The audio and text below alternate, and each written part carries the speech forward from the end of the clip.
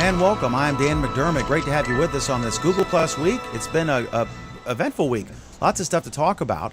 To begin with, we're going to start with some breaking news that just came out. It's a report. I think Nate Swanner is here, and he's going to be able to tell us a little bit about it. Nate, I understand there's a report out that Google's going to open up retail stores. So what can you tell us about that? Well, it's it's unsubstantiated, so let's start there. It's a rumor. The people that reported it 9 to 5, Google, seem very confident in their source that there's going to be brick and mortar Google stores, kind of like there are Apple stores or like Microsoft has started doing. So that's, again, it's a rumor right now. I think it's a good idea. I think Google has some hurdles to jump over before they even think about doing that. What sort of hurdles, Nate? Do you mean like they don't know how to sell anything? No.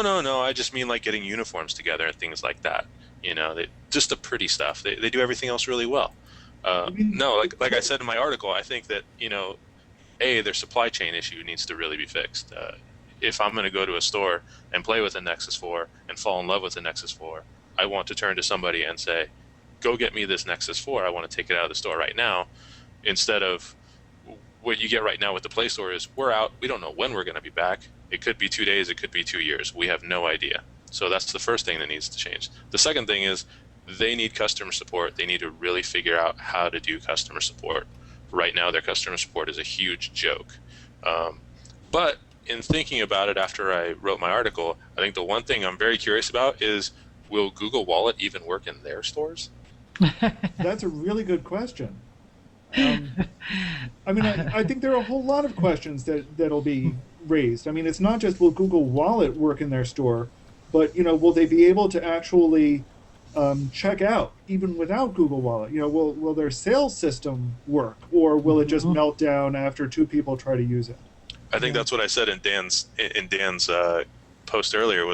Is there going to be somebody when you get to the register that, like when the Nexus 4, when that all thing happened, there were people reporting that they'd get through checkout and then Google would say, we need to verify your identity, and you had to send them like an electric bill and a copy of your license, and then is there going to be an actual guy running through the store when it's busy and taking things out of your cart? What's your gut instinct? Do you think this is going to happen? It makes sense, right? No, Why it doesn't make sense. Apple's doing it. Microsoft did it. Microsoft is flopping at it. Apple is doing it because they have a boatload of products that they can sell. And it didn't work. It didn't work for Dell, and Dell has a ton of products. They had those kiosks and retail stores, and that didn't work very well at all. So no, I don't think they should. I don't see where they. I mean, I guess Dell as far as demoing stuff, but Google doesn't have a large number of products. And I think a lot of it would be people showing up to ask questions about some problem they've had on one of their free services, just because they could actually reach a person, right? I could see someone calling the store up and complaining about some Google search gone awry or what have you. But how solid is this, Nate? From what you're hearing from your sources, is this something? I mean, do you believe it?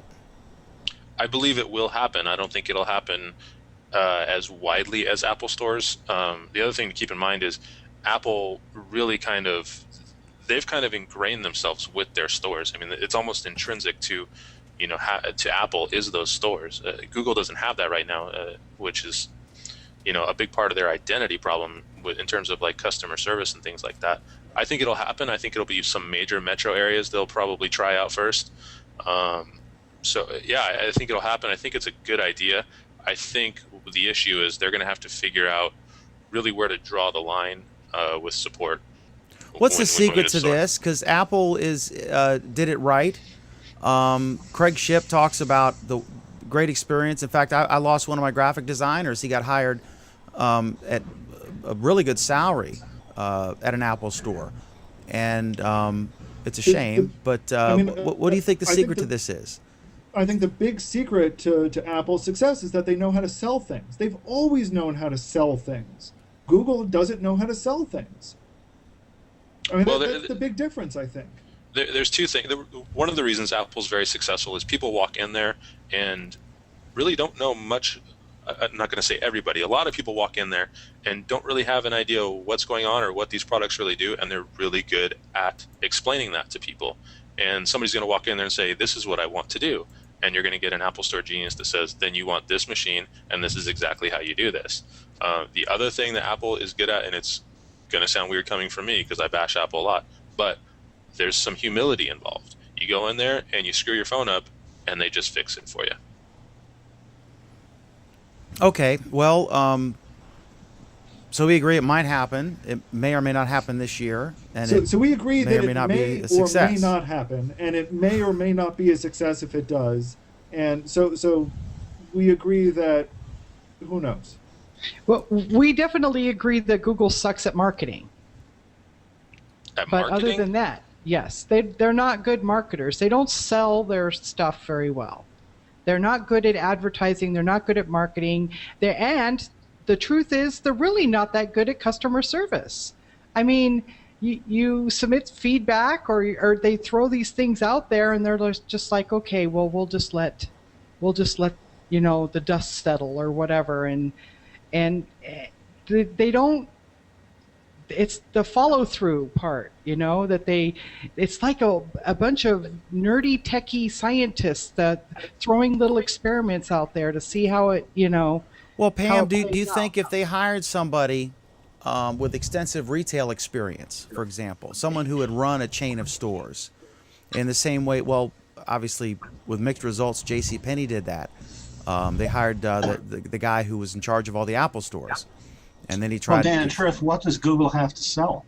Well, that was my next question. Do you think that at I/O they're going to come out with a suite of Android-based and other products? That's great. They could with their sell partners. The do you think? Oh my goodness, Dan! I know they could get a great deal buying yours. They can sell ice cream sandwiches. Absolutely. Little Android dolls, pencils. I wonder if they'll have dessert when you walk in there. They'll have gingerbread and they'll have. Jelly bean. I'm confused. Now, last time I talked to Dr. Furstenberg over there, he told me that all the Nexus Qs had been cut in half to make the wireless charger for the Nexus 4. All the remaining ones. Oh, okay. Okay. Actually, I said they were using spare parts from the Q. The one thing to keep in mind is that source did note that this kind of idea about retail stores came from Google Glass, in that they think that if that's going to be viable before somebody spends $1,000, they're going to want to try them on and probably have to get fitted like you would for normal glasses. I think that is a stretch, that being the reason. I don't think it's the reason. I think that's where the idea kind of was born of, about them getting serious about it. Yes, and that I agree with. I think that they're going to have to do something if they're going to make Google Glass commercialable. Because, like I just glossed right over that. I wear glasses, and if I don't have prescription glasses that work with Google Glass, then I'm not gonna bother.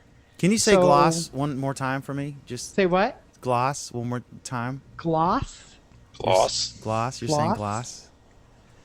Google Glass. Google Glass. Okay. Glass. Actually, what Google should do is farm those Google glasses out to ophthalmologists and optometrists. They sell a lot more. That's what I think. Yep. Are you willing to open a franchise there, Gary? Well, if they give me the right stuff, I'll do it. All right. So I don't know how long we have, Nate. So I want to just get your take on this, Nate. This epic meteorite, I guess, right? Is it a meteor or meteorite? I guess if it enters the Earth's atmosphere, it's a meteorite. And then it blew up over Siberia. And everyone was like, this is so epic. This is awesome. And like 1,000 people had shards of glass smashed in their face and were injured. So I kind of felt guilty, but I was like, this is pretty epic. And it was just on the heels of this asteroid that passed by today. But apparently there were two totally different things, just random coincidence, and they're going different directions. What'd you think? I know you saw the videos from Russia. What'd you think, Nate? I was upset that it wasn't Superman. I was really hoping that it would be Superman, but it wasn't. Have we confirmed that there were no Superman landings in Siberia this time? Has that been confirmed? No, we have not confirmed that.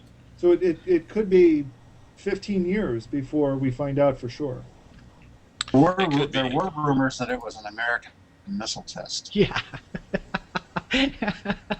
Yeah, that was great. This Russian nationalist lawmaker said that, but it was incredible. Actually, Pam, what'd you think? The meteorite landed or blew up or whatever yesterday, and the asteroid passed by today, right? So Yes. they happened at least 12 hours apart. It's about 12 hours apart. Yeah. Yeah. But still, there were all these stories, Pam. The reason it was news anyway. But everyone was like, "Oh, don't worry, the asteroid definitely won't hit Earth." And then in Siberia, a meteorite comes down, and I guess this thing was like 30 feet, and the asteroid is 150 feet. So they're, it's only 5 times bigger. Yeah. So anyway, it was an eventful day for astronomy. Absolutely. Like for the Hurricane Center when the hurricane hits, they're on TV every minute for 3 days, then you never see them again until next year. Okay, so cool, awesome. All right, so next up, Nate, why don't you tell us what else did you publish lately? Tech stuff or Google stuff or whatever? Anything interesting you want to throw at us? Oh, I'm sure there was a lot interesting. Chameleon Launcher came out, or hasn't come out, but it is coming out for phones. So any of you that like Chameleon Launcher for your tablet, that's coming to a smartphone. It looks pretty cool. It's kind of for those of you who don't really know much about Chameleon, Chameleon is kind of a widget machine. It turns your phone or your tablet and now your smartphone into a complete widget hog, and it's really cool. And then there was something else you did, the Apple lawsuit with the second lawsuit. What's the status on that? That's one of those things. I guess there was a secondary, or I don't know, one of 9,084 lawsuits Apple has with Samsung going on right now, and part of that one of those lawsuits was pertaining to search topics in Siri. It had some patents that Apple felt Samsung was infringing on. The judge in the case, Lucy Coe, kind of said, we can probably settle both of these cases with one settlement. Samsung said, absolutely, let's just kind of, bundle it all together, and Apple wants to kind of drag it out. And their contention is that a lot of the patents in the second lawsuit pertaining to search won't be properly addressed with a singular judgment. So they want to continue down the path of two lawsuits. The judge has asked them to talk it out and get back with her March 7th. If you keep track of it at all, you know that Samsung and Apple will not talk it out. Samsung has no interest in playing nice with Apple, and Apple is really trying to make a statement with all this. So it's just going to keep dragging out. Apple's going to keep dragging it out despite the best efforts of Samsung and the judge. Nate, at some point these stories get ridiculous, and it's like they're wasting so much time and money suing each other, and one wins here, one wins there. On one of these stories, I saw one of these stories, they said an aside that Judge Coe is known to dislike or have a grievance against Samsung or something. Is that accurate? What is that about? I didn't hear anything like that. See, I haven't heard that anywhere else, and I can't imagine. I mean, I would assume one wouldn't be in charge of a case if there were. I wasn't sure whether and they didn't qualify it at all. So I just didn't know if you had heard something along those lines. No, I haven't heard anything like that, and I think that if she did have a known issue with Samsung or a previous judgment or interaction with them, she would kind of have to recuse herself. I think that there were some instances in the trial where she kind of grew impatient with Samsung and maybe some of their tactics, but I don't think she has an issue with Samsung. And the last question on this is, in the $1 billion verdict case, there was that situation with the juror, and how much he disclosed or whatever. Can you describe that, and can you tell me if you think that's going to end up determining something down the road? Or well, to my knowledge, I haven't concentrated on this in a while, but I think he had an issue with Seagate, which I think it was Seagate.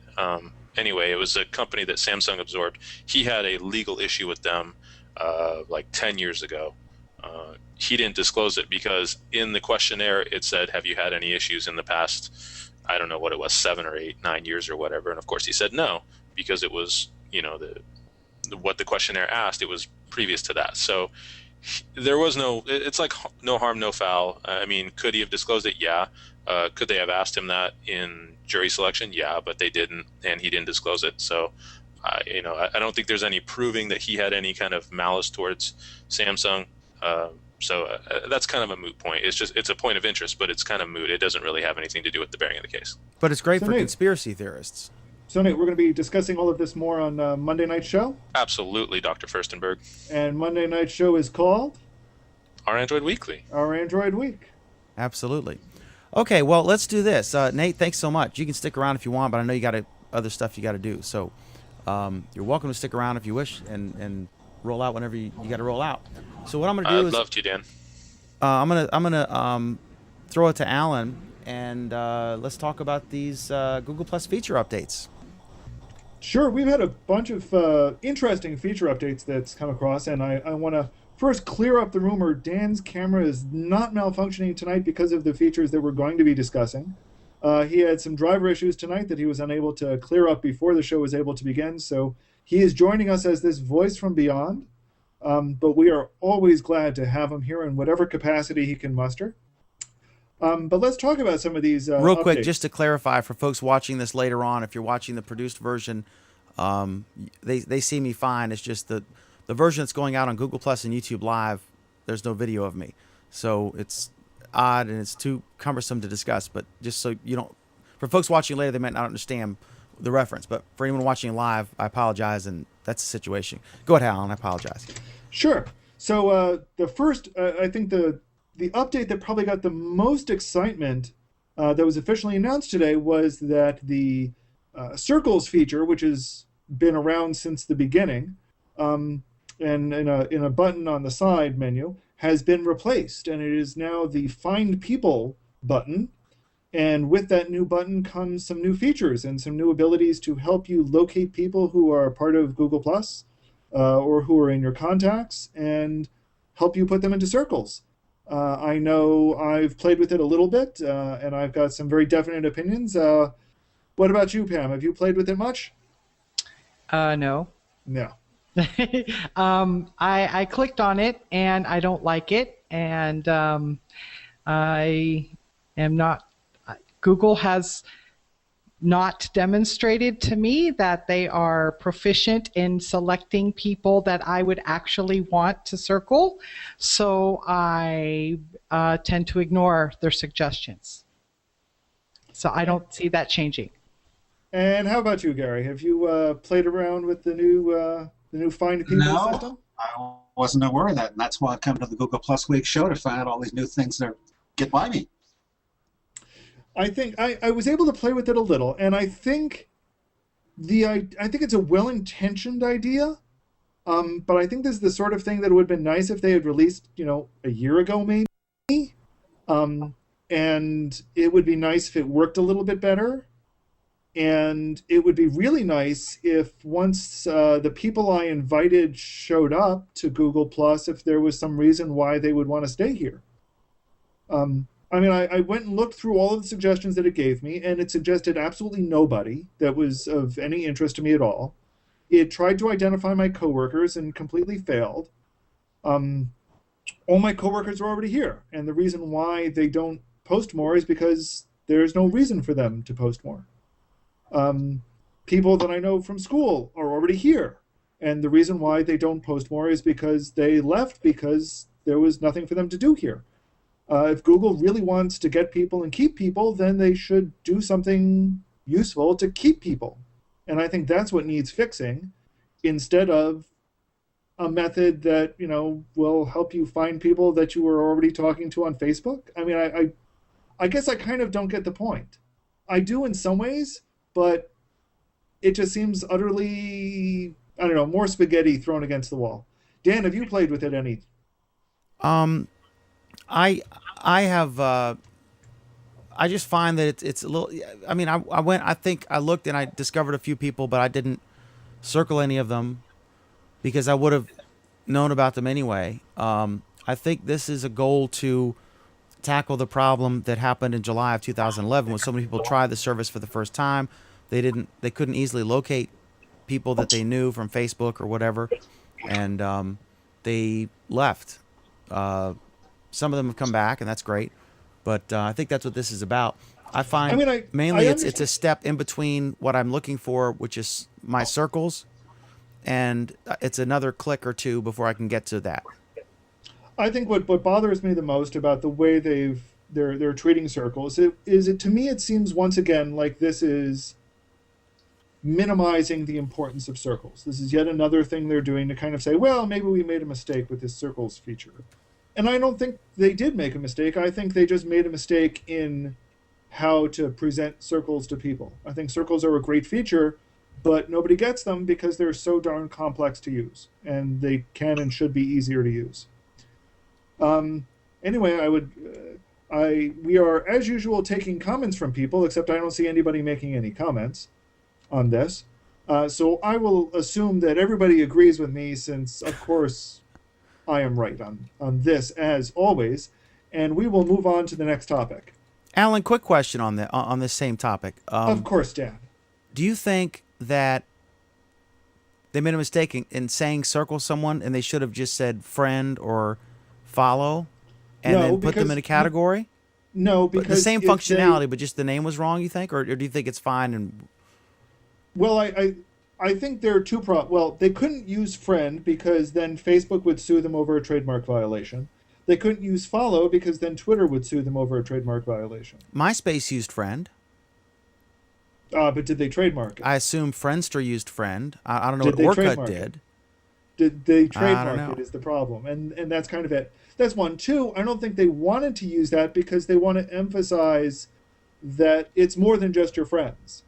You know, you're going to be, they wanted to steer you towards circling your coworkers and circling various people who you would not call a friend. Also, they knew ahead of time what we didn't, that this was a social layer and their future plans. We still don't know their future plans the way they do. It was pretty obvious to me from the beginning that this was going to be useful for more than just friends. Right. And I think a lot of people caught on very quickly the various applications for it. In fact, they said right up front that, you know, this would let you put your boss into one circle and your social friends into a different circle. And I think it was very deliberate and intentional. Did you anticipate the things like the extent of the Gmail integration and other things like that they were going to do? I mean, I think they've surprised me a few times. They've surprised me several times, and Gmail integration was one where they surprised me. I didn't expect the integration like that. Once I saw it, I could see where more things were going to be integrated better, and I'm still waiting for those. But I think the Gmail integration was where I first saw that they understood that it was more than just plus one-ing. And that's where I really started to appreciate what they were going on here. The most prescient comment, and then I'll shut up on this, it was when they said, we've shipped the Plus, now we're going to ship the rest of Google. And they weren't kidding. And then we saw people freak out about, you know, every time they would change something. And but they said they were going to do this. And in the end, it's there's still quirks, but it's amazing functionality in a lot of ways. I really like it. So we got a bunch of comments on this feature. Thank you, everyone, for commenting.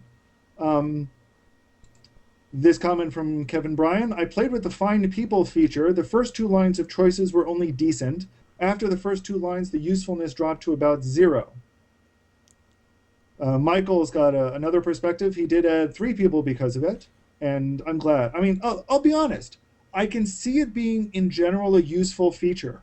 I think it is a feature they should have had a year ago. They should have made it easier to do a year ago because they did almost have it. And I think, in general, its usefulness is not going to be all that great. The bigger problem isn't getting people here. It's keeping people here.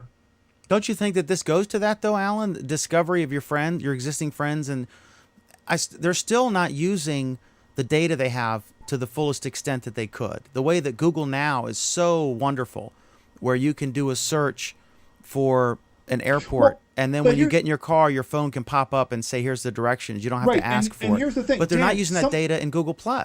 They're not, and they're not doing it well. And part of it is that they were doing some of this, suggesting people you may know and people from your contacts, and that was showing up in the white space margin.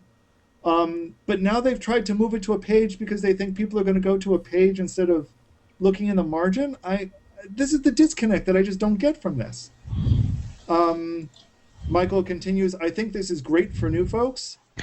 I see the point of it for new folks, and I see how it could be useful, but I don't think it's got a long-term approach, and that's kind of where I think it falls down. Here we go. Kevin, my biggest problem with Find People was it found some people from my email, but none of the people it found post regularly on Google+. And that's it. Exactly. Yep. My HOA manager, I mean, first of all, if she was on Google+, I really wouldn't want her to circle me in the first place, you know? So, yeah. They don't know about your dark side, your happy Pam. Do we agree that this is a good idea? It's just not there yet. I think it's. Yeah. I think it is a grain. Let me put it this way: I don't think it's a bad idea. I don't think the feature itself is a bad feature, but it is a very, very small part of what they needed to do. Right. And the way they did it, I think, ends up being poorly done and a disservice to the community as a whole. They still need to milk the data they have. They need to, when you log on, if you're in Tucson, Arizona, they need to find anyone who's popular or posts and gets engagement in Tucson and put them on a suggested, follow list. They need to show Hangouts. Well, if actually, you're into knitting, stop for go a ahead. second. Stop. One of the things I found most there are two things I found most irritating about this. One of them is that this was a perfect place for them to put the suggested user list. This would have been a great place, an actual location for the SUL where we could go back later and see who's been updated to the SUL, who's been removed. This is a place that everybody can turn to. The SUL now becomes a resource for everybody, not something that you get thrown at when you have no idea what's going on. They're not good at naming things. They're not good at naming things. They should get with the Republicans. And I remember that. Remember on the West Wing episode where they said that they were talking about how the Republicans are so good at naming things, like the inheritance tax is a death tax. Death tax, right. So, Pam, Google's not good at naming things. Pam. Yeah, because once you start Google Plus and you start using it and everything, you can never find the suggested users list again. Right. It would have been.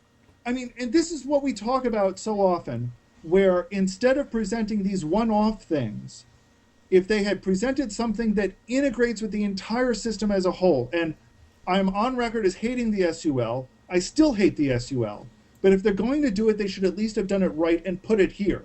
Now that's one. The second thing I seriously dislike about this feature, and people can criticize me all they want, it seems like it's nitpicky, but this is the only button on that list that is a verb. Everything else is a noun.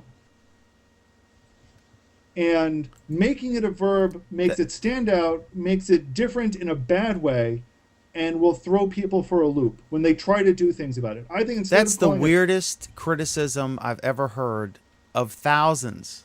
And yet, from you. Really? It's a verb? It's a verb. And the others are nouns. The other stuff are all nouns. Isn't explore a verb? Hangouts, communities. Isn't explore a verb? Explore is a verb. You have a very good point there. Nope, you're right. Oh my God. What a weird thing. How many people use explore? And profile could be a verb. It should be 0.4 inches higher on the screen. This is so outrageous. Okay. Well, no, but Dan, there's a lot of usability studies that talk about how people react to verbs versus how they react to nouns and how they work together. I think that's the least of Google's concerns. It shouldn't be. What this points out to me is that a person is Facebook's done pretty good with the like button. Like that this. Their usability team was missing in action when this got named. This should have just been named people. They need one good designer, one UI guy or gal. We have some more comments. Let's get to some of them. Okay, I'm now running some of these out of order. I apologize. Michael, I don't understand. I signed up my son for Google Plus. He did not come up when I searched for him. That shocked me. He had to find me and then I could find him. Wow. Good grief. This is why it's there and it didn't even work. I have that problem with M. Monica. I couldn't search for her to save my life earlier today. It was crazy. They have all this data. Why aren't they milking it for Google Plus? whatever they're doing with Google Now, if they could incorporate that Well, but intelligence with Google Now Plus. doesn't do anything. Google Now doesn't do anything. Well, two reasons. One, Google Now doesn't do anything with personal relationships, and two, you have to remember, Google Now is written by Google, while Google Plus is written by Google. We're getting back to Pam's silos, which she said Right. so Yeah. intelligently about large organizations and the issues of people not talking and fighting and jealousies or whatever. Not that we have any other than circumstantial evidence that's occurring here. Well, it's not only that, but they have these grandiose projects that they start in a vacuum. Well, the thing, You know? but my point is, Pam, if you do a Google search on your desktop or laptop computer for the Menifee, California airport, when you get in your car, Google Now is going to pop up and say directions to navigate to the airport, right? So it knows what you did, it knows that's your interest, and then it's going to give you that suggestion. But so if you are searching for softball tournaments all the time on Google, then if someone's doing a softball topic hangout and you are on Google Plus, why doesn't it alert you to that somewhere in the side? Or especially if you click on the Hangouts button, it should give you things that you search. They know everything that we're into, every weird thing that we're interested in. And in your case, that's an encyclopedic knowledge. And yet I get suggested for food communities. I have never searched for food ever. I'm just thinking they have so much data. They need to get the teams to communicate and cooperate They need better. to get the team to communicate. Exactly, Dan. They need to hire me so that I can facilitate. So you can knock heads together. Exactly. Word. Okay, Alan. Good. Let me try to get through the rest of these comments.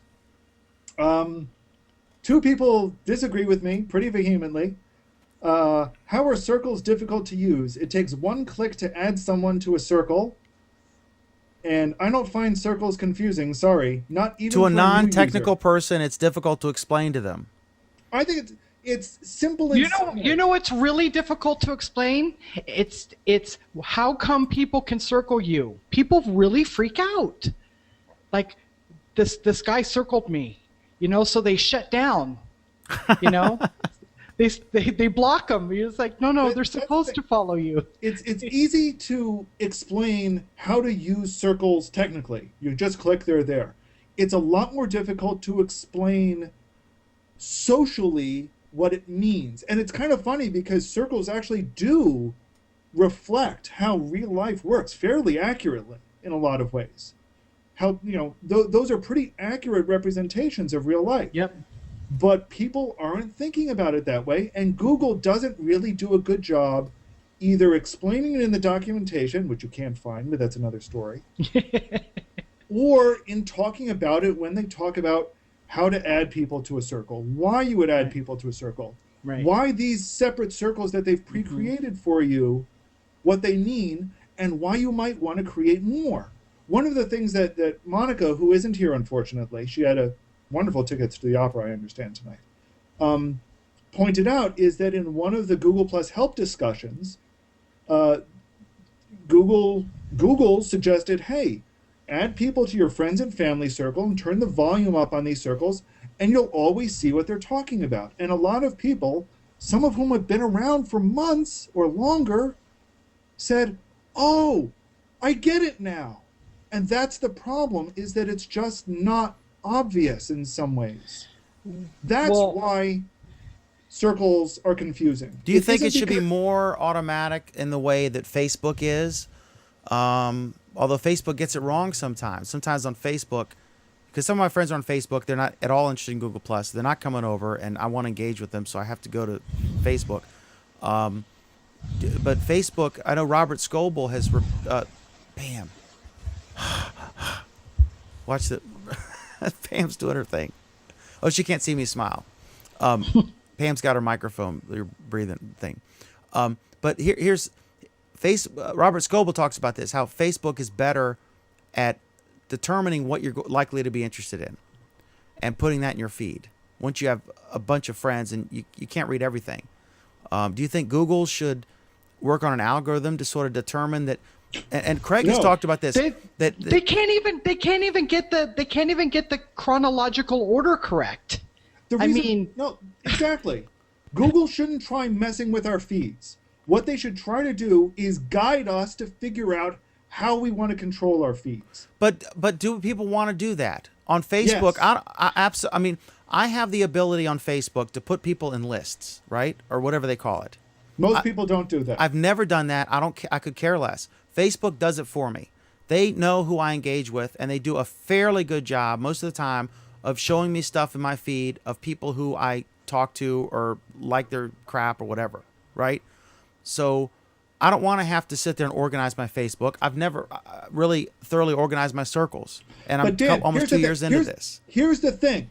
On Facebook, if you go to somebody you know on Facebook and you tell them, hey, did you know you're only getting 15% of the people you're following? They will look at you in shock and awe without realizing. But none of them are going to go there and organize stuff better. They're not going to go through, intricate, like nested settings and crap. They don't care. They just want it to work. That's the problem. Facebook's UI was crap about this. Google should have learned from that and made a decent UI, and they almost Facebook's did, and UI, then they screwed it up. Facebook's UI is better. Google Plus's UI on these settings is more simple and easier than Facebook.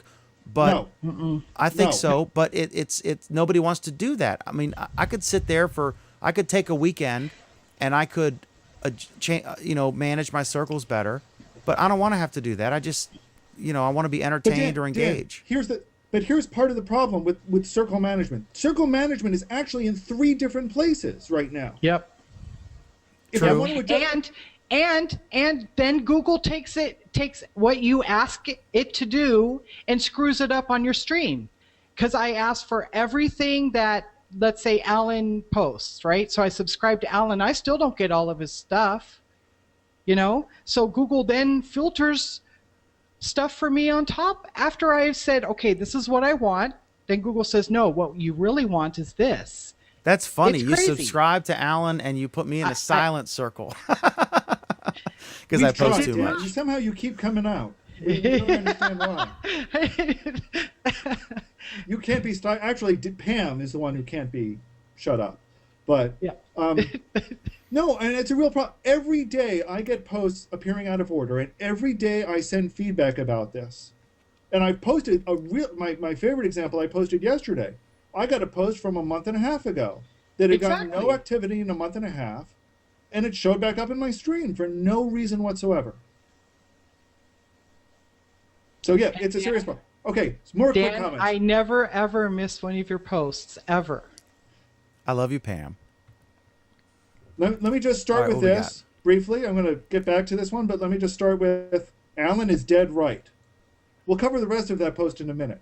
But first, we got the important stuff out. Kevin's observation, circles are great for outbound messages, but bad for inbound messages. I agree and disagree. I think one of and that's part of the Google not really helping people understand how you can use circles effectively. And I don't just mean publish instructions for how to use circles effectively. But it's not something that's ingrained in the system. It almost is. It's getting there, but it isn't. You can use circles effectively for inbound communication. If they had filtering that worked correctly, that would be one wonderful step. And if the drop-down helped you see how many messages were in a circle that you may have dialed down to 0. So it doesn't show up in your home stream, but now you have control of these other streams that you can look at either at your leisure or when you want or in certain circumstances. So I think you have a point, Kevin, but I don't think it's that it's bad for them. I think it's just the way they are structuring them. They're not helping people truly grasp how they can use them. I use my circles mostly as inbound filtering and only a little for outbound filtering. He then followed out, who cares if they call circles following or not? As long as the functionality is the same as with Facebook, they can call it whatever they want. But that's just it.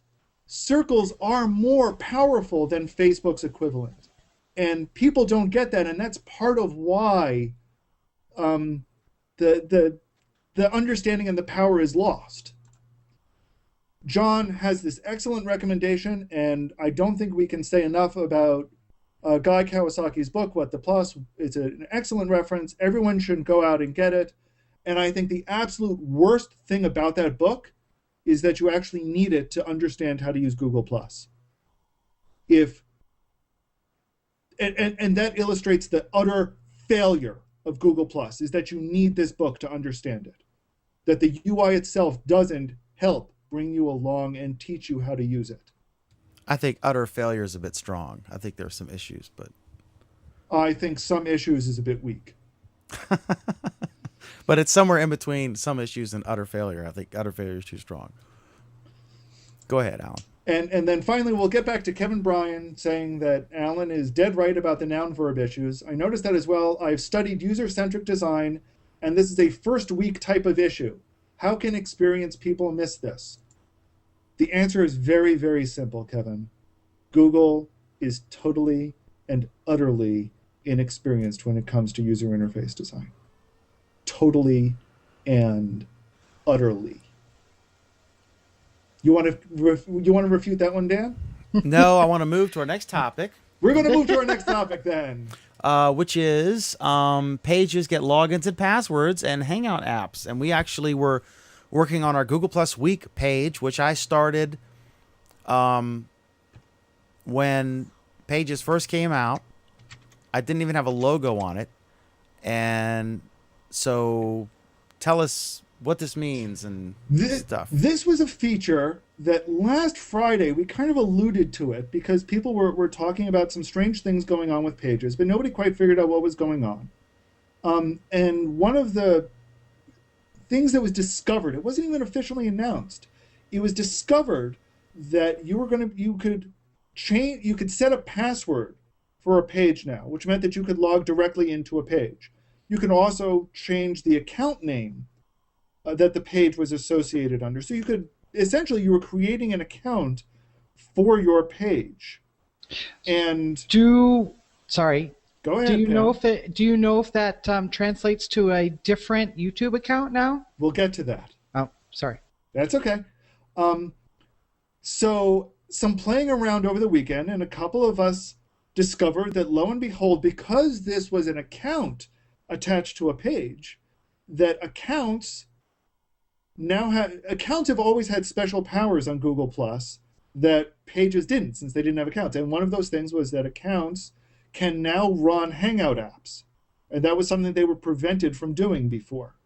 So one of the great new features is that pages can now run apps inside a Hangout. A lot of us were excited, as Pam alluded to. Did that mean that pages could now be attached to a YouTube account? And the answer is not yet. The error message that comes up if you try says that the account isn't permitted to attach to a YouTube account. And if you're familiar with how Google Apps work, that implies that somebody needs to essentially turn the switch on to permit pages to be permitted to do that. But they're not able to do so yet. So somebody hasn't turned that switch on, and maybe there's a reason why somebody hasn't turned the switch on, but we don't know what it is yet. But it's an encouraging development, an exciting development, and in some ways this says a lot about where pages are going, and in some ways it points to the fact that they're essentially giving up on a lot of their design features behind pages. So it's a trade-off. It has its ups and downs, but I think overall we're going to be getting some very useful features out of it at the cost of pages being a more annoying, useless feature. What was that, Pam? Annoying? Annoying. Possibly, yes, because one of the things that's coming is that pages are now acting more and more like users, so they'll be able to spam you. Spam you, yes, that's the word. Yay! Isn't that wonderful? Not really. Yeah. I mean, the possible advantage, hopefully, is that they will be able to take better action against pages when they do these sorts of antisocial things, But I guess only time will tell to see how that actually pans out. Anyway, you have any thoughts on this, Dan, before we move on to the next topic? I don't think he's here. I'm semi back. Let me I'll be honest with you. I haven't really. I mean, I've got I think 2 pages, and I haven't really used them that much. We're just starting now to use them. In fact, today to get back into it and do events and stuff to experiment with that. So I'll know more later. But I know we had an issue. I guess you did get an email because I invited you to become an administrator of the page, right? And you missed it, but it wasn't. Initially, I thought it was because you hadn't circled the page yet. But apparently, it did get sent to you. You just missed it. You were busy that day. It got sent to my spam folder, and I didn't find it in there. Google sent a Google message into your spam folder. Your Gmail sent. Yeah. Okay, I'm not. I have no way to defend that. So. So let's move on to the next topic. Let's do that. Lap time. Okay, go ahead, Alan. The final major new feature from this week was that one of the things they called a highly requested feature was to allow you to download all the photos that have been uploaded to an event. So if you run an event and people are there in party mode and they're taking pictures all over the place, at the end of the event, you and everybody else will be able to download the pictures from that event. And before we continue, I wanted to welcome Bruce Turner, who is here via, I assume you're on via your wonderful Note 2? On the amazing Galaxy Note 2 at Charlotte Douglas Airport, gate E21. And when is your flight departing? 10:40 p.m. Eastern Time. So we've got you for at least a little bit. So welcome, Bruce. Yeah, it's great to be here. So, this is a nice new feature for events, and I think it's decent, it's reasonable. But I gotta tell you, I don't know anybody that actually uses events all that much. Never mind takes photos at events.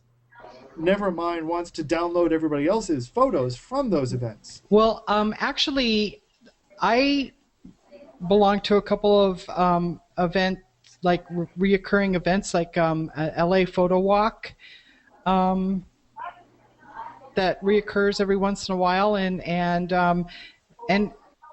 I would be interested in doing that, actually. So, okay. If 20 people posted their pictures from the photo walk, I would definitely download those. Yeah. So it's a good feature. I like it. Well, great. So there's one vote for it. Again, it's one of those things that I think is a good feature, but I think there's a lot of other features that people have been asking more for that I'm surprised haven't made it in yet themselves. So it's more like it kind of surprised me.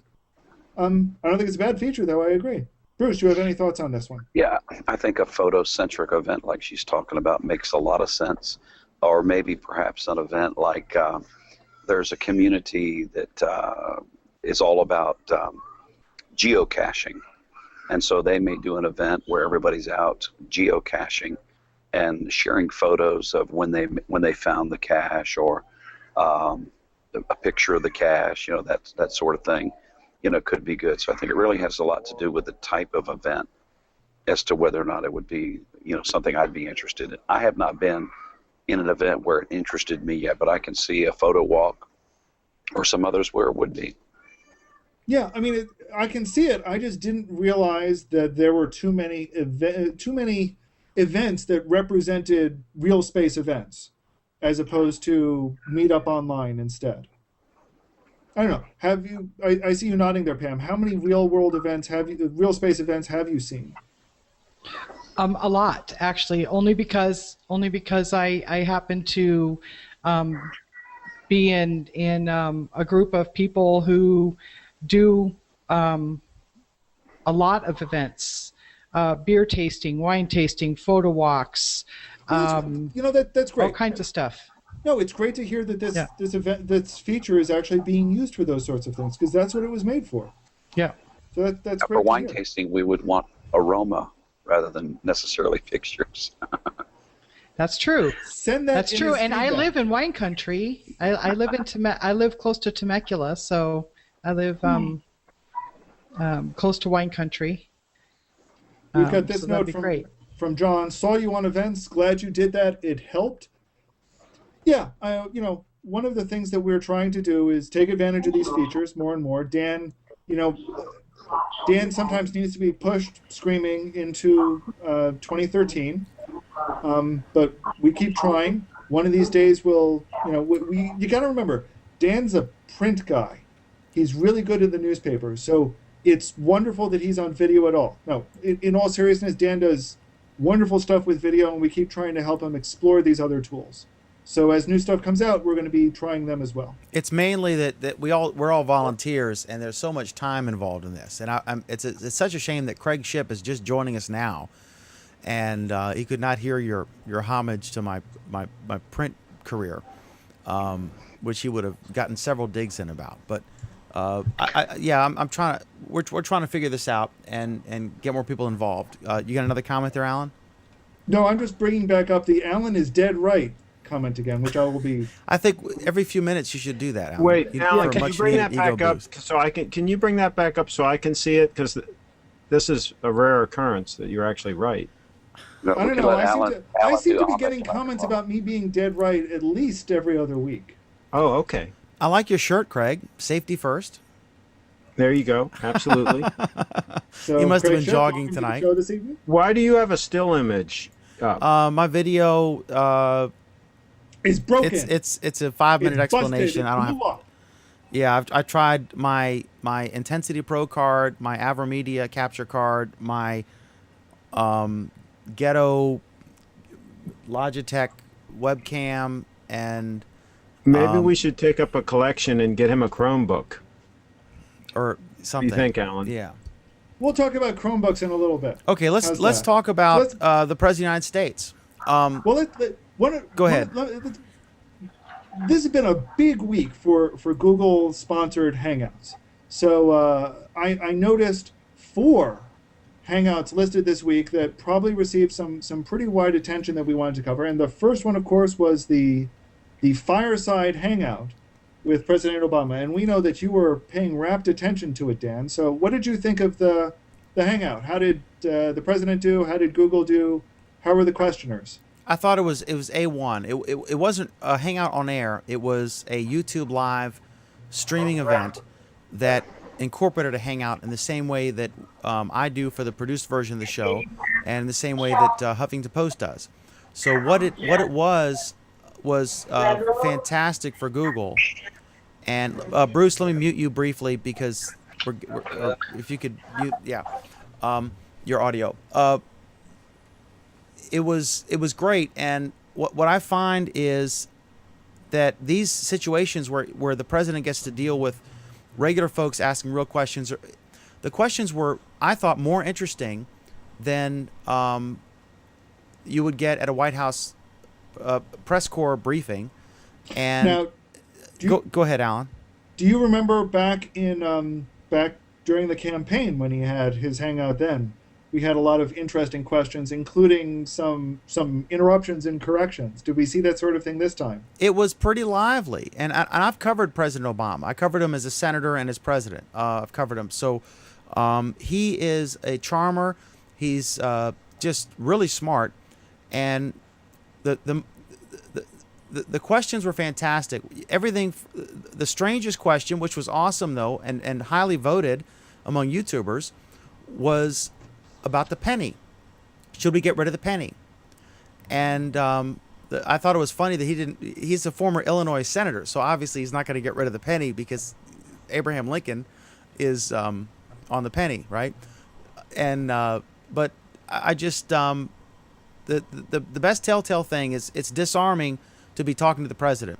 Even Bruce, who disagrees with President Obama on probably everything, and Craig Shipp, who disagrees with him on probably everything, if they actually were in a Hangout with him, would be on their best behavior, asking, really prep for it, try to come up with an intelligent but fair question, and have an honest dialogue, because that's what you get on Google+.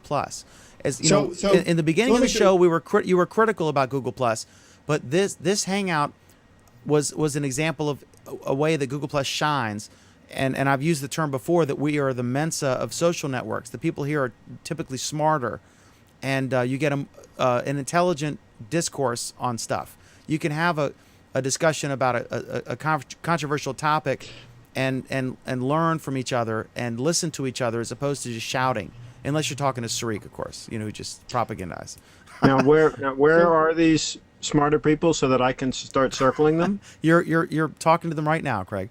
Oh, okay. But my final point, and then I'll throw it to Alan. This is all of us. My final point is they introduced this one guy as a conservative blogger, and then I forget what question he asked, but it was an intelligent question, the kind that Bruce or Craig would ask, and it was thought provoking. And then by the end of the hangout, the wife of the conservative blogger came in, and their final question was, "Will you please tell us what name we should use for our child that's coming up?" And he was like, "Show me the bump, on your belly." And he's like, oh, I mean, he's such a charmer, and he's such a natural at these things that he's so disarming. And I've seen him. I mean, I saw him I covered him when he was a senator from Illinois, running for president. And I saw this, and I was like, this guy is the best. I've seen Reagan live and in person, and this is the best politician I've seen since Reagan, maybe even better. So, Craig, were you able to tune into this hangout? It's interesting because I went to the actually to the White House stream. I went to the White House YouTube channel where it was, and I went to click on it, and it wouldn't play. It said that this is over or whatever, something like that, and it wouldn't play, but it was sitting right there. Let me see if I can duplicate it. You all keep talking. I'm going to see if I can duplicate it and show you what I mean. Bruce, were you able to watch the hangout? I was not able to watch it live, but I was able to watch some interesting coverage of it, and even the more conservative type coverage of it described it pretty much the way Dan did. It was a good dialogue, honest sharing. So for the coverage that you saw, how did they refer to it in terms of Google Plus and its Hangouts and its technology? Well, they spoke well of it. I think Google Plus is getting more notoriety, and they talked about it like it was an effective platform for the kind of event that it was. I think people moving into these types of social media platforms, it gives a little more focused attention. I mean, anybody can turn on the boob tube and have something running in the background, and they're multitasking. But to bring it up on a thing like a Google Hangout, people are more listening. They're concentrating more on what's being said. So I think it's effective. Good. Pam, do you have any thoughts on this one? No, actually, I thought it was pretty good. I watched about 65% of it. I didn't watch the whole thing, only because I had other things to do. But yeah, I agree with Dan. President Obama is a charmer, and he knows how to pander to the audience, and he knows how to put on a good show, and I think he did. So speaking of putting on a good show, we had another hangout this week. And this one was run by Conan O'Brien, and he was interviewing a couple of Google interns, I guess we could say. For those of you who don't know, Conan O'Brien interviewed, there's a show coming up called The Intern, I believe. Yeah. And it features two characters who weasel their way into Google's internship program in an attempt to get jobs. And this was the world premiere of their latest trailer, and it was Conan O'Brien interviewing the two actors, who I couldn't tell you who they are, to be perfectly honest. Vince Vaughn and Owen Wilson. So you want to tell us a little bit more about this, Pam? They're two great comedians. I think I did watch this hangout, and I thought that it was funny.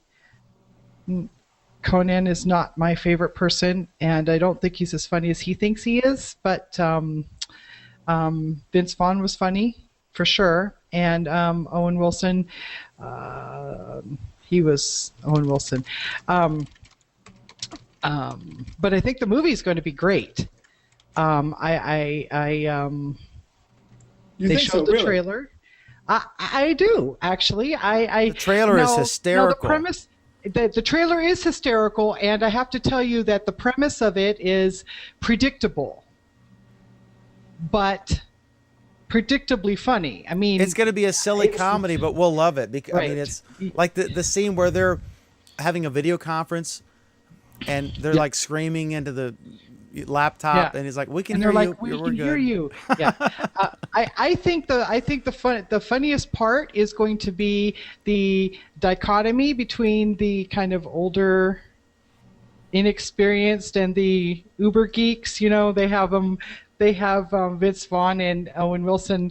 They describe Dr. Xavier from the X-Men.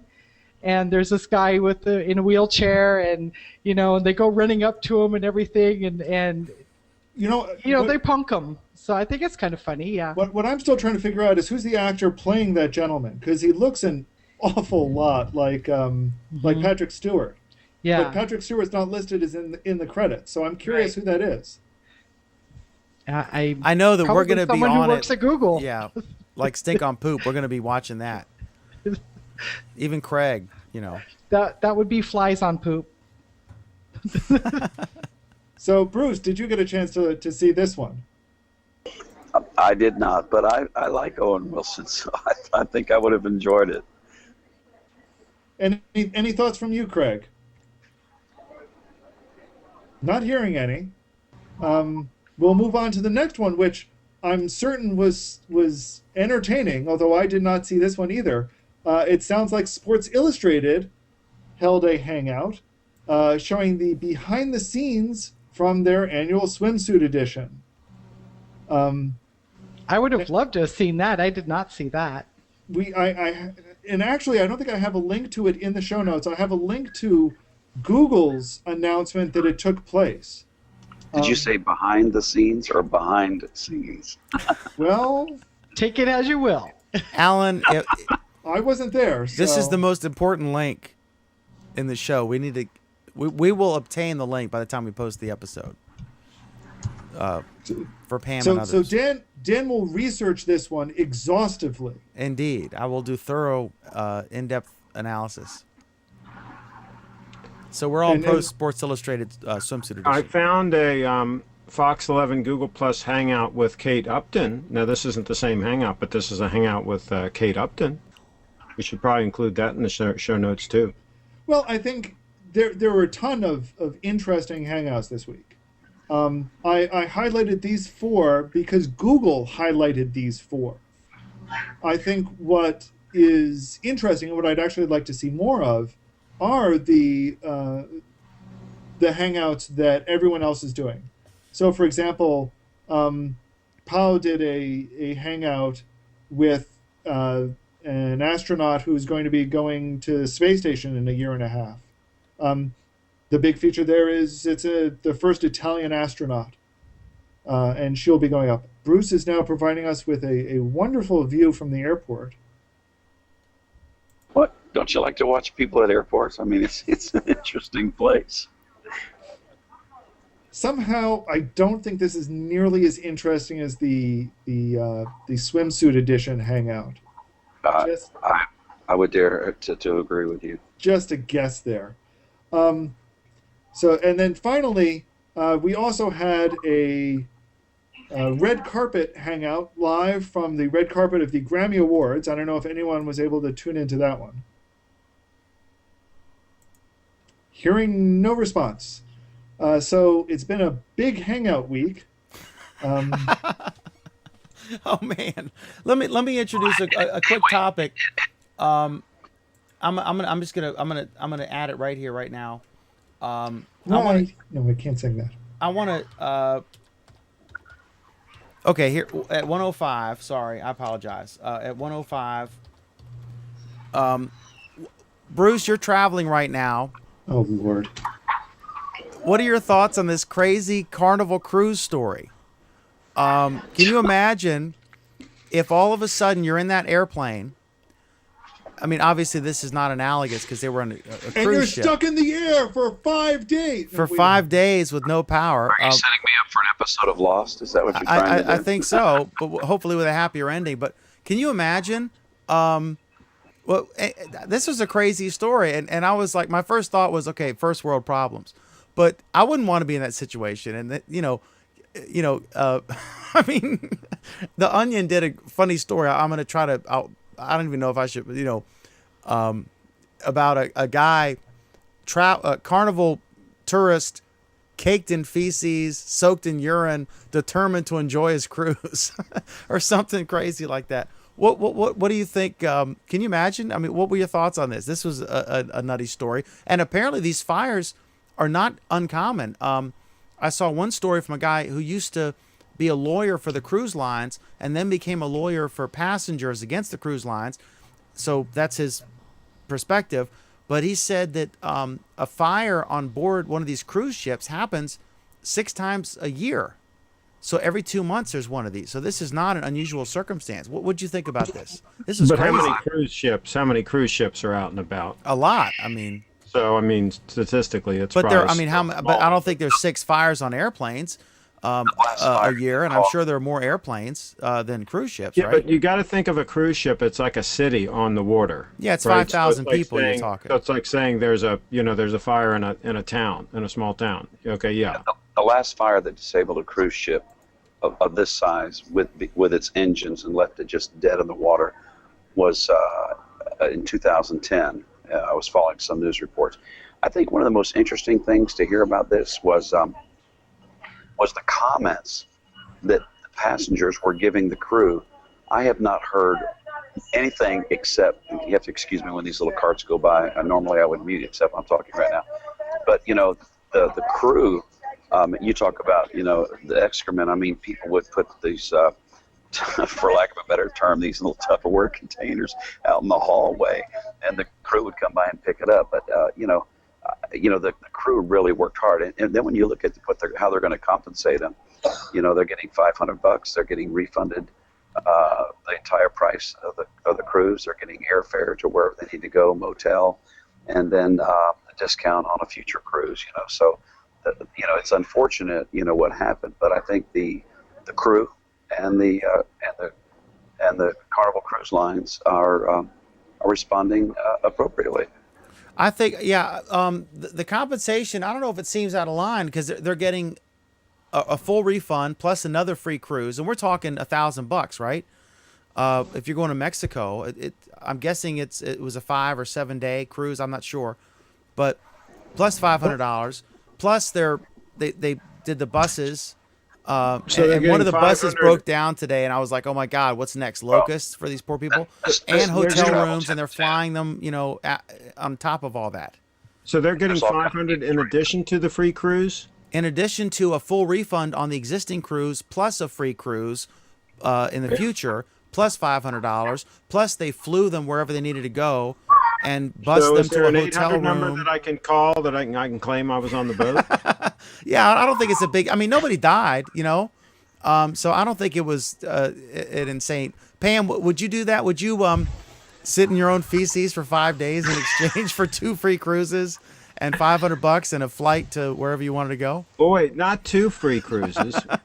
Well, if you count the excrement cruise. No, they got a refund on the first cruise, so that was free. Yeah. Plus, they get a second cruise free. One, yeah. Yeah. Would you sit in your own feces, Pam? Yes, I would. Yes, I would. Yeah, but you might even document it for a viral YouTube video. Oh yes, yeah. I was listening to a travel like I don't have enough weirdos following me now, right? Bruce, go ahead, Bruce. Yeah, I was listening to a travel radio show today. One of the things you need to keep in mind, if you ever wanted to go on a cruise, now's the time to go. There are great deals right now because of this incident. Oh, I'm sure. Yeah. Absolutely. But bring your Ziploc bags. You may need them. Alan, you got a comment on something? Yes. Alan is dead right. I agree. We did have this comment, however, regarding the red carpet hangout. The red carpet one was great. Thank you, John. At least somebody looks at these things. And let's move on. We have no comments about the cruise ship, thankfully. Okay, yet, but the night is young, in Google Plus Week terms. Okay, so yeah. So what's next here? Alan, there was next we move. Yeah, this was a crazy story, and Craig, Alan, intro it, and then Craig, say what you want to say because there's so little data about this. Alan, go ahead. There was an outage affecting. How little data do you expect? There were a bunch of people that had problems with Google Plus this morning. I was one of them. It wasn't just Google Plus. It affected a range of Google properties. I was having problems with Gmail as well. I heard friends who were having problems with Chrome. Google basically said, yeah, there was a problem. We fixed it. And that's pretty much it on the story. There isn't really a lot more to say there. Craig, what are your thoughts on it? And Dan posted an interesting story that somebody said, with the tree falling down, that Google Plus went down like the tree falling in the forest, and if nobody's there to hear it, then who knows? I mean, well, the story to explain, the story was that if Facebook had gone down, or Twitter had gone down for 30 seconds, the world everybody would go crazy, collapse, and everyone's going to freak out. But Google Plus goes down, and there's like one or two stories, a smattering of comments here and there, but nobody really noticed. And that's it. Yeah, and that was the point of this snarky TechCrunch story. And my question was, in the story that they referenced, they didn't say how many people were affected. Was it 100,000 or 10,000 or everybody or millions? Well, I have no idea. It was all 35 people on Google Plus. Okay, here we go. All of them were affected. All 5 people. 35. Yeah, I wasn't. Were you on all day though? Problem. Don't you have a job? From 6 a.m. Pacific time. I've been on Google Plus nonstop. Really? And you didn't see? That's the thing. See, maybe it was only a few people affected. No, it was probably only a few people affected, because that's how Google builds their systems. They're distributed systems. Most of the time when there's a problem, not everybody's affected because you're not on the system that had the problem. That's the rollout delay. But I just had to refresh my page a couple times and it started working. It was only down for a very brief period. Yeah, so Bruce, was that worthy of a story? Ahead. By the time that people realized it to write a story, I think it was just TechCrunch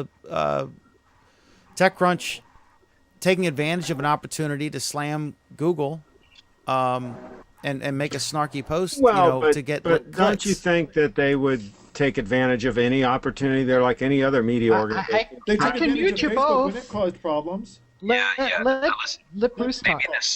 Maybe this story says more about the maturity of Google Plus users and the snarkiness of Facebook users. We're mature over here.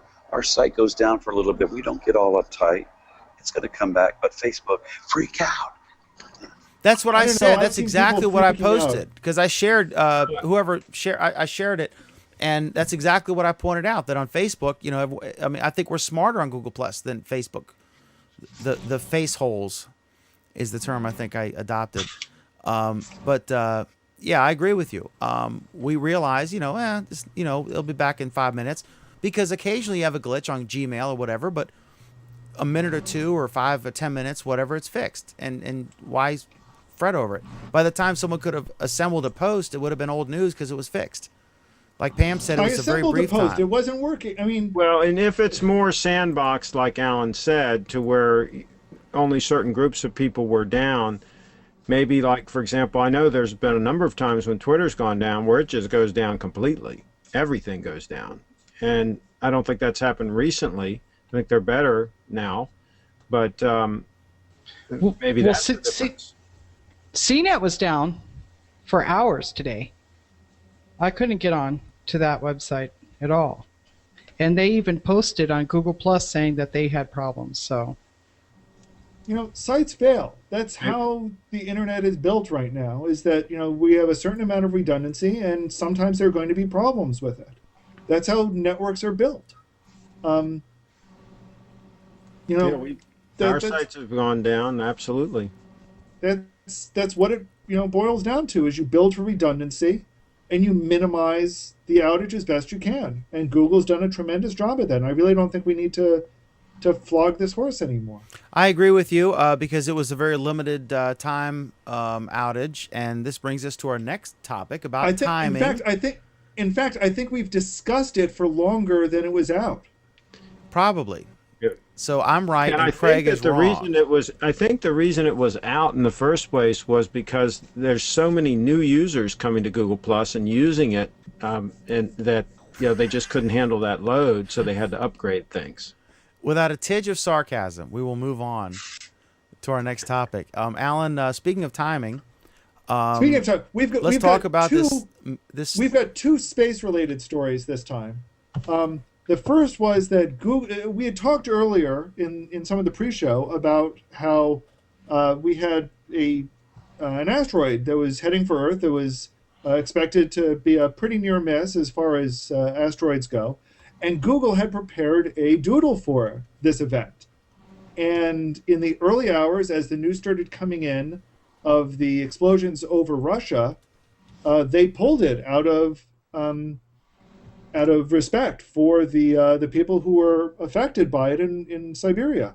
So this was some very, very smart thinking on the point of Google employees who pulled it, who made that decision and pulled it.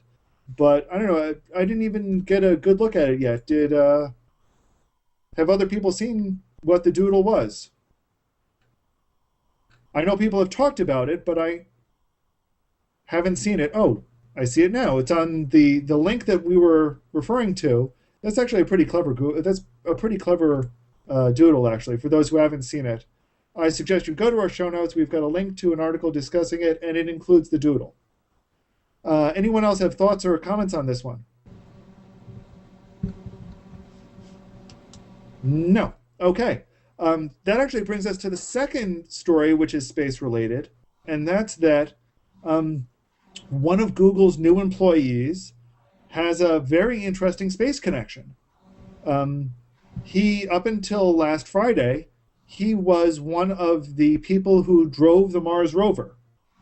And he's now left his highly exciting rover driving position to come work for Google in software reliability engineering. So it's an interesting career move. But for those of you who understand how software engineering needs to work and how driving a rover needs to work, there are a lot of parallels to that. Has anyone else seen the story? Or is this going to be a monologue? It has No, I've seen it. It has to be a good move because anything that goes up into space has to be very reliable and has to have some redundancy built in, and so it definitely would translate over.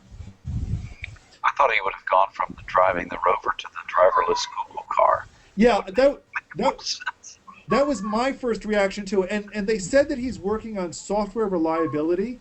They didn't say for which part of Google. So it really wouldn't surprise me if he went for software reliability in the driverless car division. Absolutely. Right. Absolutely. Because that has to be 100% reliable. Just like the software on my Segway, if it fails, I go down. So, I mean, there's a lot of redundancy built into that machine. So, same thing. Of course, you have your knives, Craig, to protect you in the event of an unfortunate... Well, if I fall, the knife could finish me. Well, and it's even more just it can't fail. But when they do upgrades to it, the upgrades can't fail, and you need to guarantee that the upgrade goes through. So it's a complex set of things. And when you're talking Mars, you're talking a significant lag, so you don't even know immediately if your upgrade worked. It's like trying to upgrade your Android phone by pointing a magnet at it and adjusting the bits inside the chip that way. That's it's tricky, but these guys know how to do it. So I'm glad that Google's gotten somebody of this caliber. Pam, did you have any thoughts on this one? No, he's been in my circles, and I've been in his circles for, I don't know, 6 months or so, and I actually missed his announcement and saw it after I was reading the topics, and I'm really happy for him. I think that's going to be a a great move, and I do think he's probably going to work on the driverless car stuff, but I don't know for sure. So what kind of a guy is he? You know, if you've been following him, what kind of a guy is he? What kind of stuff does he post about and talk about? He actually doesn't post. He just posts random stuff like most people. There's no. I mean, I have him in a scientist circle actually, and I mean he posts some NASA stuff, and you know, he likes comic books and. Let me just interject that we keep saying he, and I neglected to give Scott his name. Maxwell. His name is Scott Maxwell. Scott Maxwell. Mm-hmm. Yeah. So he's just a typical science geek. So cool. Yeah. So, sounds like he'll be getting some more followers from this, I hope. Oh yeah, I hope so. Let's see how many followers he has.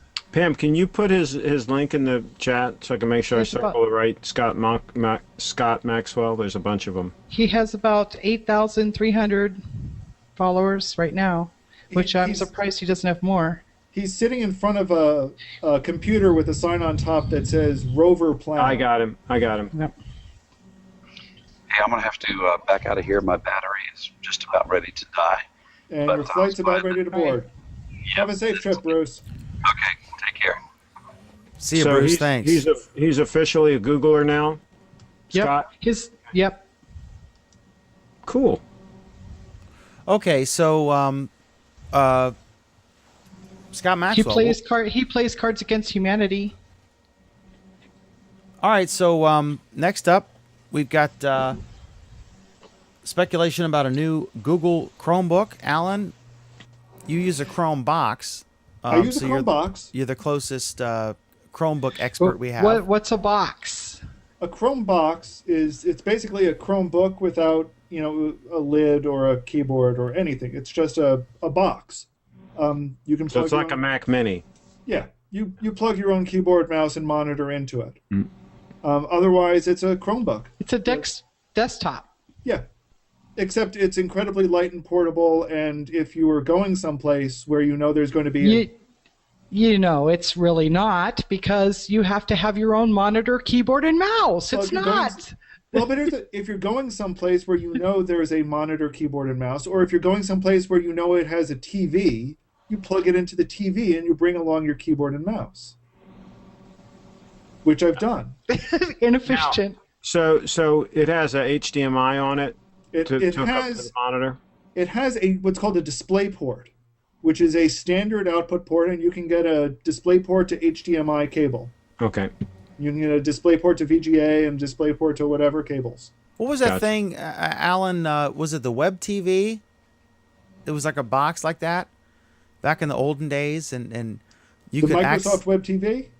It was a standalone box. Yeah. And you plug in your TV the way you would with the earliest video games, and the earliest computers that had the cassette tape, for storage, and you could you'd turn it on and go to 7-Eleven and come back, and it was booted by then. But yeah, that's cool. So there is a video that floated around about a week ago that was supposedly demonstrating something called the Chromebook Pixel, and it had an incredibly high resolution monitor, and it responded. It was a touch monitor, so it responded to touch controls. And it said that it was called the Chromebook Pixel. It gave a name and it attached a brand to it. But designed entirely by Google. Right. 4 million pixels. I watched it like 3 times. So why don't you tell us a little bit more about this product, Pam, and how wonderful it is? Well, I don't know how wonderful it is because I haven't used it, but it's. I don't get excited over techie stuff like you guys do, but this I was like, wow, I could really buy this, especially if it has a good video card. That's what I would want. How soon do we think it's going to be out? How soon do we think it's going to be out? Nobody knows. Okay. And that's it. I mean, there are the people who are insisting this is going to be a real thing keep saying, oh, just wait till I/O, and that's in May. So I think what intrigues me about this is that it's not it's they call it a laptop. They actually say that in the ad, and I watched it a couple of times to make sure they actually said that laptop. They didn't just say internet interface device or whatever. And what really intrigues me is that it's designed by Google. Hopefully what that means is it's designed to work with Google stuff better than the Windows interface device that I have now. So that's kind of what I was like keying on, because So what better integration are you looking for? I'm thinking speed. Less bugginess, more compatibility with Chrome, because my computer fights Chrome, Let's put it this way: if it's like a Chromebook, it really should be working well with Chrome. Yeah, because that's all that runs on it. Yeah. Now, Alan, quick question. I'm on the Google site and I'm looking at these Chromebooks. And the Samsung Chromebook is the one that they show first, $249. Just to use that as an example, if I have a friend, and I do, that wants to get involved in Google Plus and Hangouts. You have a friend, Craig? Well, an acquaintance. Okay. That has been asking about getting involved in Hangouts and Google Plus, but they don't have a decent webcam or anything like that, and their laptop's like 7 years old and blah, blah, blah. Would this be something that would really be good for them if their primary focus is they just want to get in Hangouts? Yes. I don't. The truth is the ad does not really go into what features are available except for 4 million pixels and touch screen. Really? That's really all that they talk about. So I don't know for sure, but I'm guessing that there's not going to be probably a lot of storage on there, and there's probably not going to be a lot of... Well, okay, but going back to the one that's actually available now, this $249 job. That it is an excellent machine to do Hangouts on. In fact, if all they really want to do is Hangouts, the $200 machine might even be a decent enough machine to do Hangouts. Alan, I got a question for you on this. On the whole Chromebooks, and this gets back to our very first story on the show tonight, is the reason if the report, and that story was that there's a report out that Google is going to do retail stores, a la Microsoft stores and Apple stores. Do you think it's this boils down to they're a little more complicated than they should be, but if they hold your hand and show you, it's an attractive product that we've discovered? Is that what this is about? You think that they've is this a concession that they can't just ship it out to Walmart and expect people to buy it? That they have to bring them in and wow them and answer their questions? No. Can you elaborate? The problem is elaborate? there are really almost no questions to answer about a Chromebook. Man, I'm looking on the website. They've got this this $449 job. Why do you say that, Ellen? Because a Chromebook is really about as simple. I mean, it's about as simple as it gets, to be perfectly honest. Now, what about this? Turning it on involves opening the lid, hitting the on button, and that's it.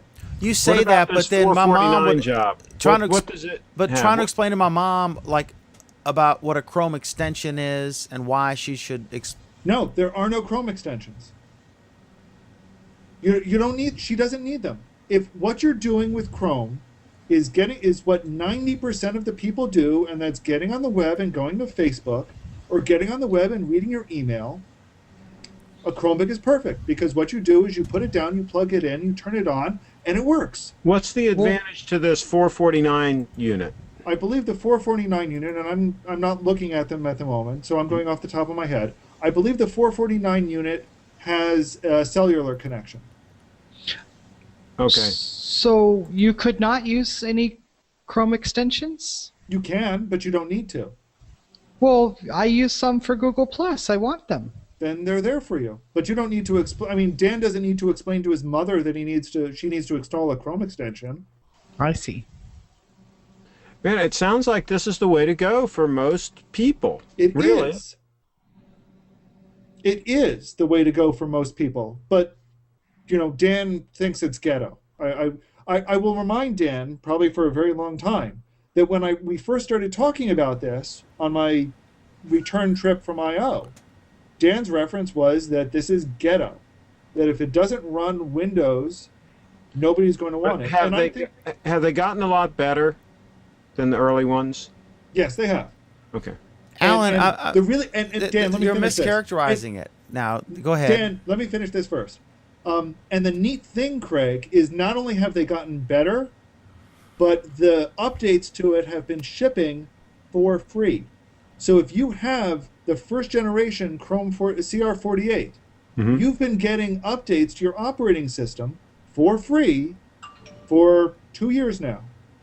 And your book has only been improving over that time. But Alan, all I'm saying is it's great for what it does. If you're into the Google ecosystem, and Dan, that's the beauty of it. It has nothing to do with the Google ecosystem. What it's great for is doing what 90% of the people do with their computers, and that's getting on the internet and going to Facebook. No, what I mean is, I assume the Google Doc apps are there. I mean, your ability to create Google Docs and use Drive and Google Plus and the web to browse whatever site you want and Gmail and all that stuff. Or you could use the browser to go to Yahoo Mail or whatever you're using for people who use Yahoo Mail. But I'm saying that it's not a true computer replacement for a lot of productivity suites like we use Adobe stuff. But most people don't use their computers to produce content like we do. Most people use it to go to Facebook, like he says, and check their email. And the content that they may be producing is photos that they're uploading, usually from their phone. So that's going to get uploaded, and they can manipulate it on the web, same as they could before. Or photos, if they need to, if they want to plug it in through an SD card, you can do that. The fact is, for what 90% of the people are doing, and I'm not saying it's the computer for everybody. What I'm saying is that for most people, for most of what they do, it gives them that. Yeah. And it gives them that at a good price and a great performance. I think we can all agree that Google was very intelligent to get in to be the first major player in the cloud-based laptop. Don't you think? I mean, it's incredibly cheap. It's a throwaway price.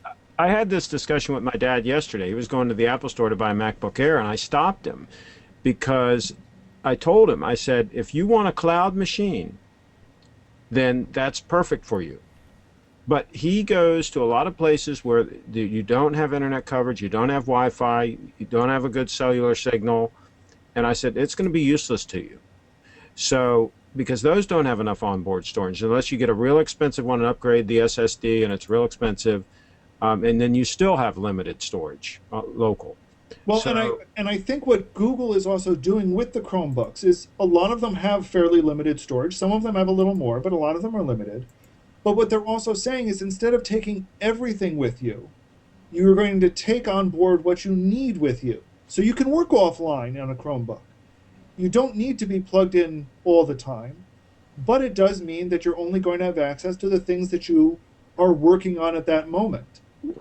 And when you're back connected to the cloud, you're going to be able to synchronize that easily, transparently, with the rest of the world. That's where Google is going and what they're doing. Yeah. Well, I just hope they get moving on getting fiber to more communities and getting us connected, because I'm all over this concept of cloud computing, but we need more internet. I think they're getting ready. I think the next fiber spots are Sarasota, Florida, and Frederick, Maryland, if I'm not mistaken, right? I'm all over it. Unless you wanted to file a complaint. Okay, I'll pay whatever they say, whatever they ask. I just want it. You will grease the skids. Okay, This is a really interesting story. This is a legal story. and this is based in London. The title of this is Google Must Act Quickly on Libellous Blogger Posts, says appeals court. And the gist of it is that the court ruled that a gap of 5 weeks between a complaint being made and the removal of allegedly defamatory comments on a blog post could leave it open to libel action, overturning a finding in the High Court last year. I'm going to go to Alan, but my observation is that in the United States, the way it works is it's totally different. I mean,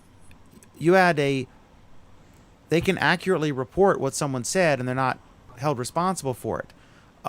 You literally had a presidential candidate, Rick Santorum, running for president of the United States in the major debates, who had a campaign against him by gay activists to associate his name with something I won't mention, but you can Google the Santorum problem. You'll find it if you're so inclined. But no one is above transparency in the United States with Google. So even a presidential candidate couldn't get web results doctored. They accurately report what people say.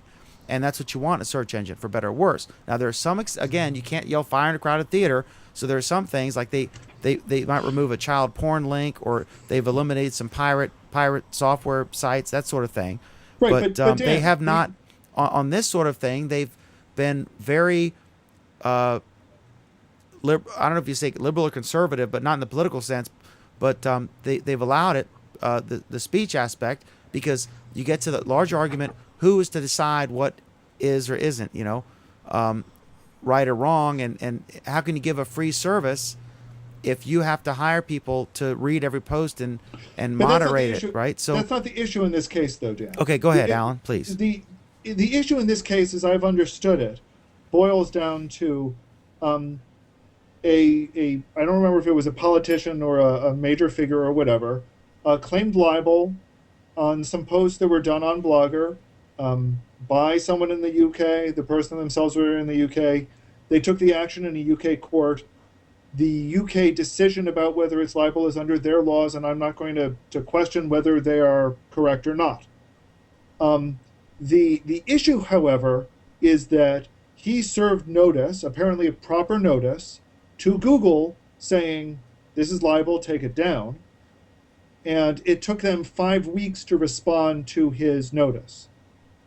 A lower court ruled that 5 weeks is perfectly reasonable, and a higher court said, no, 5 weeks is not perfectly reasonable for action to be taken. And that's really what the ruling was fundamentally about, was the time frame that it took them to do it. Basically, they're saying that Google's poor customer service is not an excuse for anything. And in that sense, I kind of agree with them.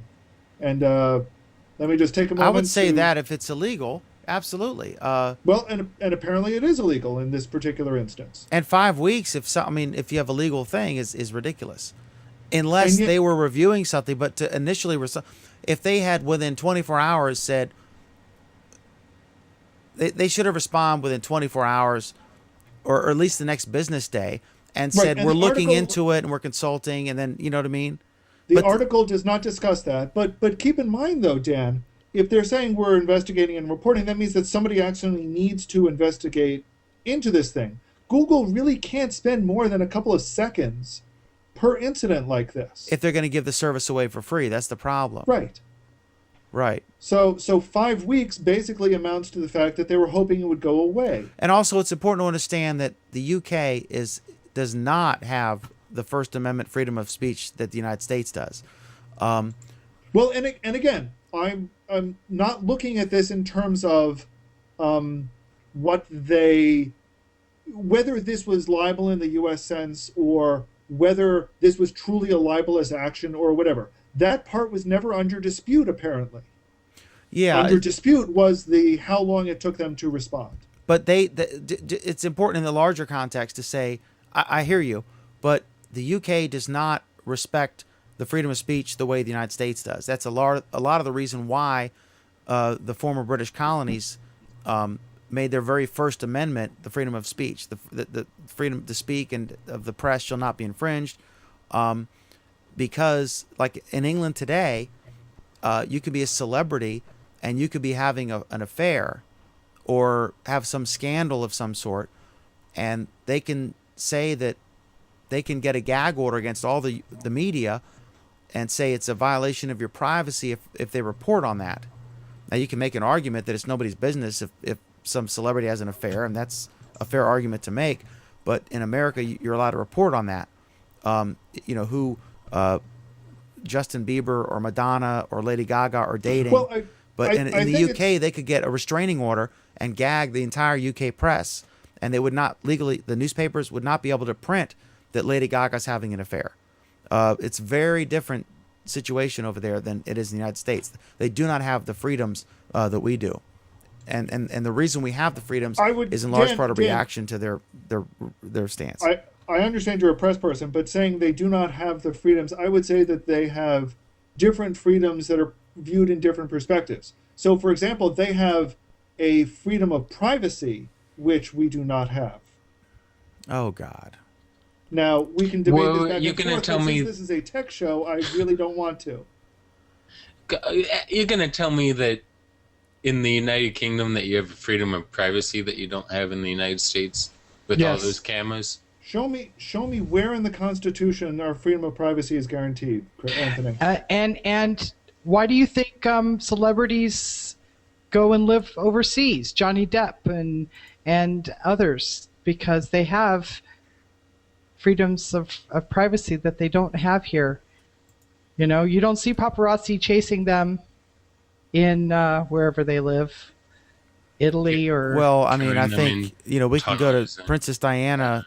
I mean, obviously paparazzi chase them there too. But they can go to court and get a gag order. If they're having a personal situation, they can say it's their Right. In the United States, you're right, and I'll be quiet after this. In the United States, if you're a public figure, you give up a right to privacy to a certain degree.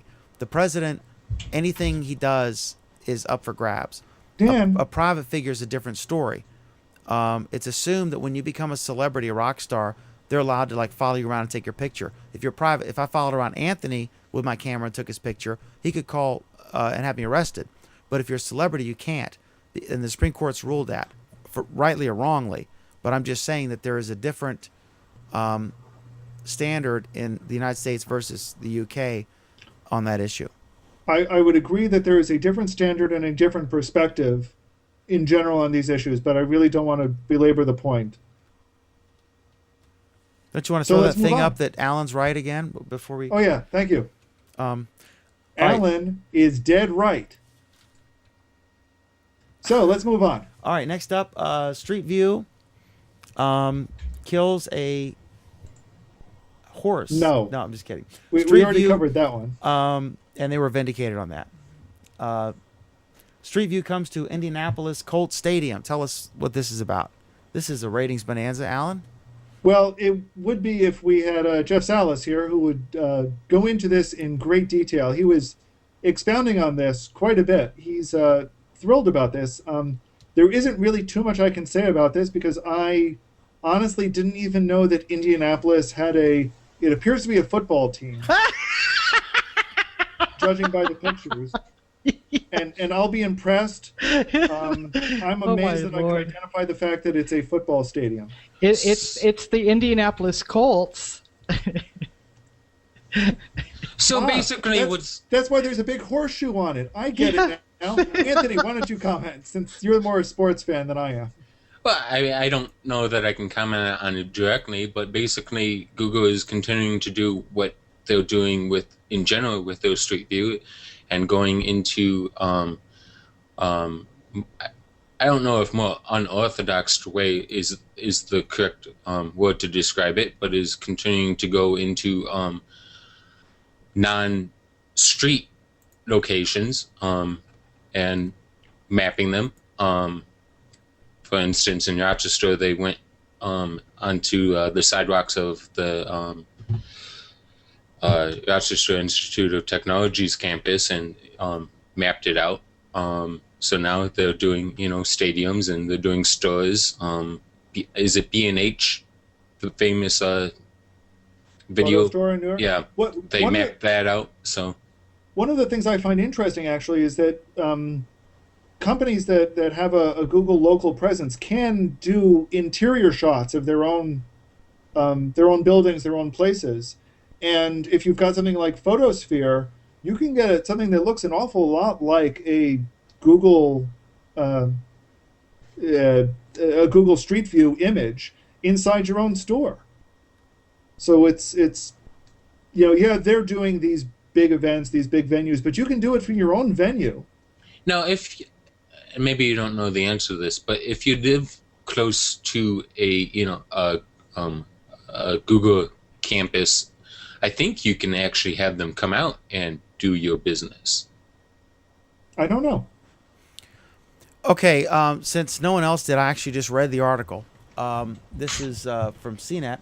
And I've read the article. It doesn't mean I could speak intelligently on it, though. Well, what's cool about it is if you're interested in a state and going to a football game, or maybe you don't have the money or whatever, and you can't go, but you want to check out the stadium, they went on a day that the stadium was closed.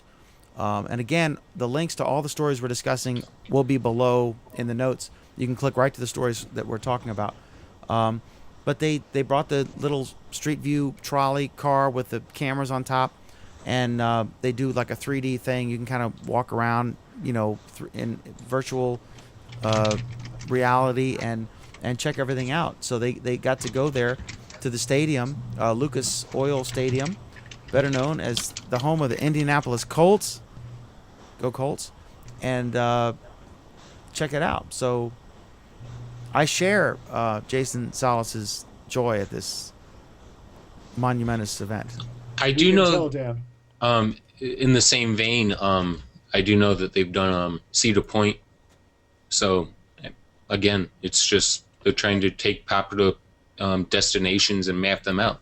Well, and this one is actually more your cup of tea, Anthony. They also did all of the World Cup stadiums for the last World Cup. So eventually, basically, everything, my house is going to be mapped out, and Alan's house is going to be mapped out. And I'm guessing they're going to do all the NFL stadiums. I think it's a pretty good guess. Yeah. Safe bet. Okay, let's move on. We all agree. I don't know if we just lost Dan. Did we just lose Dan? No, I'm good. Go ahead, Alan. You can intro it. I'm doing the times here and multitasking. Well, I'm not entirely sure I'm the best one to lead this one. I think you are, since since you wear glasses. Since I wear glasses, okay, we'll go with that one. Yeah. So Google, I guess Google is sharing results from the Glass Foundry. Now I know you were at Google I/O, and you got to see a demonstration of people flying through the air, doing a hangout on air, or quasi hangout on air with Google Glass. So tell us what you can tell us about this next topic. So based on that, as many of you know, I signed up to be part of the Glass Explorers program. And because I signed up for the Glass Explorers program, that means that eventually they're going to let me buy an advanced pair of glasses. And I was able to get this brick, identifying me as Glass Explorer number 2162. That's an expensive brick. It is a very expensive brick. I'm shocked at how many there are. There are thousands of these people who are going to pony up $1,500 for a pair of glasses. There are about 2,000 people. I was one of the last people to sign up. Wow. And as many of you know, about a month ago, they indicated that they were now at the point where they were ready to have some small group of people working on the API for playing with Glass and playing with the API for it. And I was fortunate enough to be one of those people, and they released a few pictures from some of those events that took place. And I believe I am now allowed to show one of the things they gave those people who were at it, and that's this glass block, which identifies me as a glass pioneer. And For those of you who haven't seen the pictures, go ahead and take a look at the pictures. They don't tell you anything that hasn't already been revealed, except for the glass block, I guess. And that just about everyone who was there was having an absolutely awesome time with glass. And all you can say, I remember you were describing it, you had to be vague, but I guess you got to play with Google Glass, and it is all that. You were kind of awestruck, right? Tell us secrets. You want to know the biggest secret about Google Glass? Sure. It's a pair of glasses. Well, I can't tell you the biggest secret about Google Glass, so... All right. So this is a no-go topic. It's an interesting topic. There are some great pictures. You see a lot of people wearing Google Glass. You see a lot of people having a great time. And is it I like think that the Eureka TV show where people are just randomly walking around Palo Alto all day, and you run into them at McDonald's and they're wearing the Google Glass and ordering their Big Macs, or I guess none of them eat out because there's free food at work. But I guess in that town where the campus is, people are just out and about with these on, right? It's not unusual to see that. People in the Glass Project have been spotted wandering around, Earth. You gotta remember, Dan. This is a pre-production product, and you don't get to see pre-production products anywhere near the level that you get to see the Google Glass. You don't see a whole bunch of random people walking around with Samsung Galaxy S4s. So the level of knowledge about this, even though it's very extremely vague, is a lot more than another company would provide. Well, also they pre-announced, right? I mean, they showed it off. They jumped out of an airplane and showed it off. So the secret's out. I mean, there's no secret about it. Well, so we keep bashing Google because they're supposedly bad at marketing. One thing they're good at is creating buzz, and that's what this is. Right? It's like Ingress. When Ingress was first, it was like all Ingress all the time for weeks. I swear I was going to be. I almost quit Google Plus because it was just horrible, and they're good at creating this buzz, and that's what they're doing with this Google Glass. They're creating this buzz, and because of that, Google Glass will be very successful. Irregardless of the price point. I would agree about your general statement about Google Glass, but I think Ingress is a terrible example because outside of Google Plus, I have not heard one peep about Ingress. God, I love that cat. That's the most realistic avatar. Yeah, you don't want to watch me eat my ribeye steak, so the cat it is. It's totally cool. We have a comment about the cat. How does Pam add the moving images? Love it. The avatars are part of my integrated Dell webcam. So I can be one cat, I can be a troll, I can be an alien, and a dog. And it's part of my... Yes. It's so realistic. It really is. I love the white cat. That's my favorite. It's my favorite as well. But that's epic. Are we good on that? Yes. I think so. Okay, so next up, Facebook is the target of a sophisticated hacking attack. Apparently there was some drama, Alan, I guess, where they're not going to release details because it didn't rise to the level where they're legally obligated to, in their opinion, or this is kind of the Streisand effect, right? It'll become a bigger story because of this. Yeah, apparently this took place a week ago, 2 weeks ago. Nobody's quite sure, and apparently it was hackers broke into a couple of Google engineers, maybe. and no user information was You mean Facebook compromised. engineers? What did I say? Google? Yeah. Yeah, Facebook engineers. And apparently no user information was compromised, probably, and they're not saying anything else. So that's about all we know. Well, I'm satisfied with that. Yeah, because you can trust Facebook. Yeah, especially on privacy, Privacy. security issues, security of data. My point of view is, yeah, you want as much information about a hack as possible as the consumer, but at the same time, the less details they let out, the less likely it is for some random secondary hack to happen. Like, they're not going to use the same hack because they don't know about that hack and how it was executed. So if they don't, patch up the holes efficiently, the same person would have to do it. The problem, Anthony, is that in the computer security arena, it's generally considered that what you're referring to is called security by obscurity.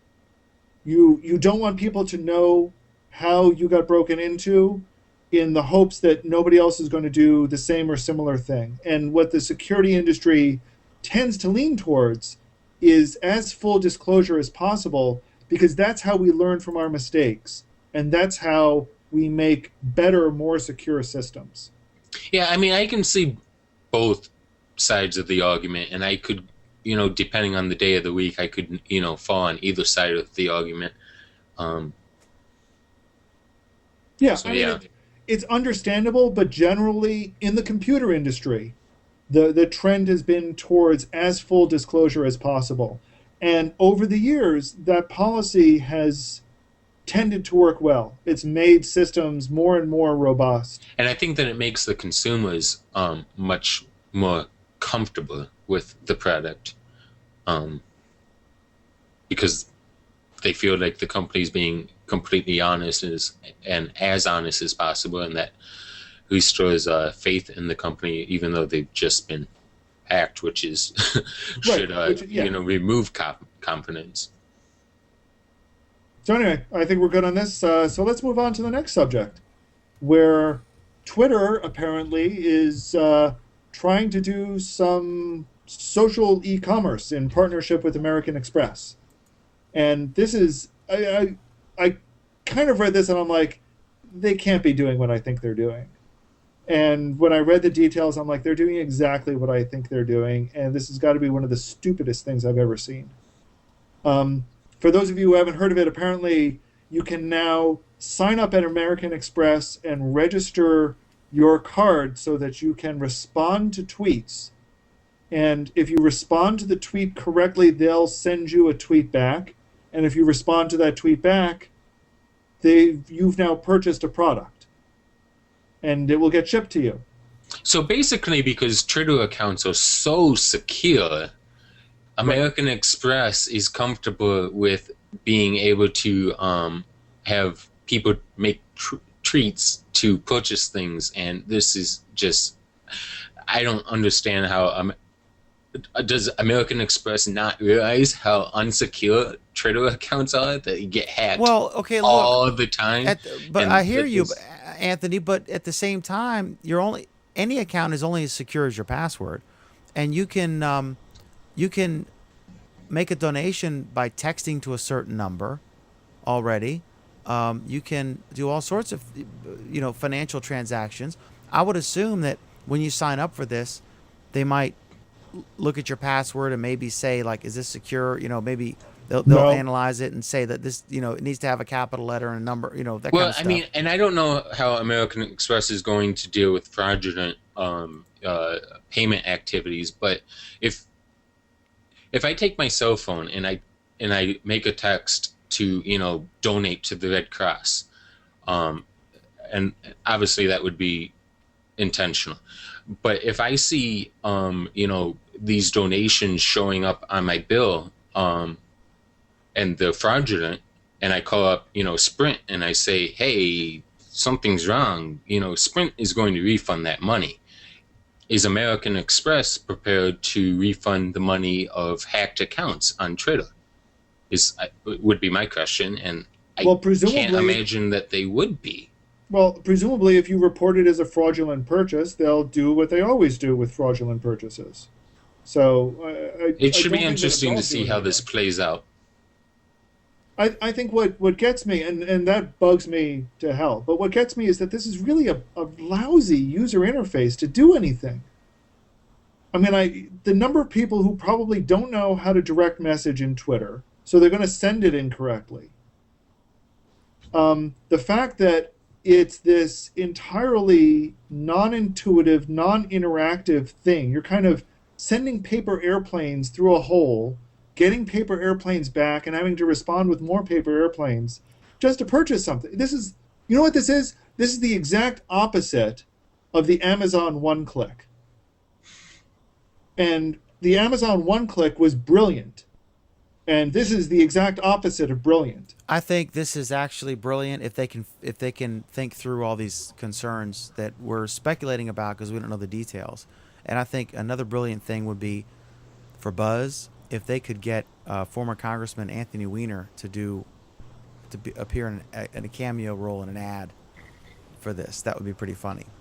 He's the guy who sent the direct message, or thought he sent a direct message containing a photo to somebody, but accidentally sent it public and lost his seat in Congress as a result.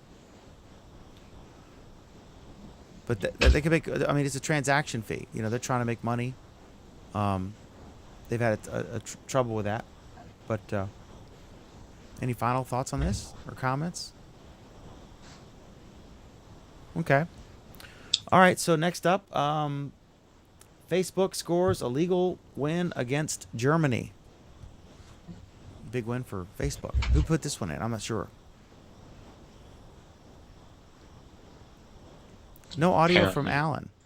I don't know. It wasn't me. I didn't put it in, and I am now reading through it quickly. But this would have been a great one. I'm kind of guessing Monica put it in.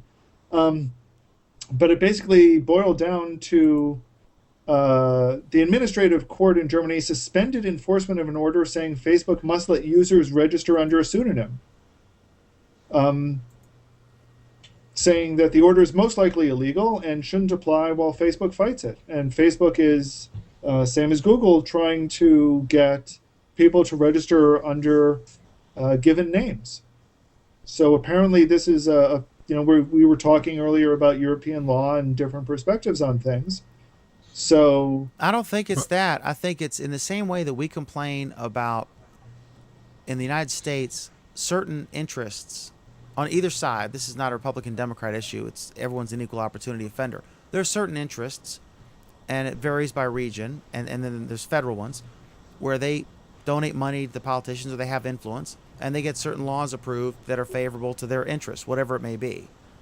And it's the same thing here and in Europe.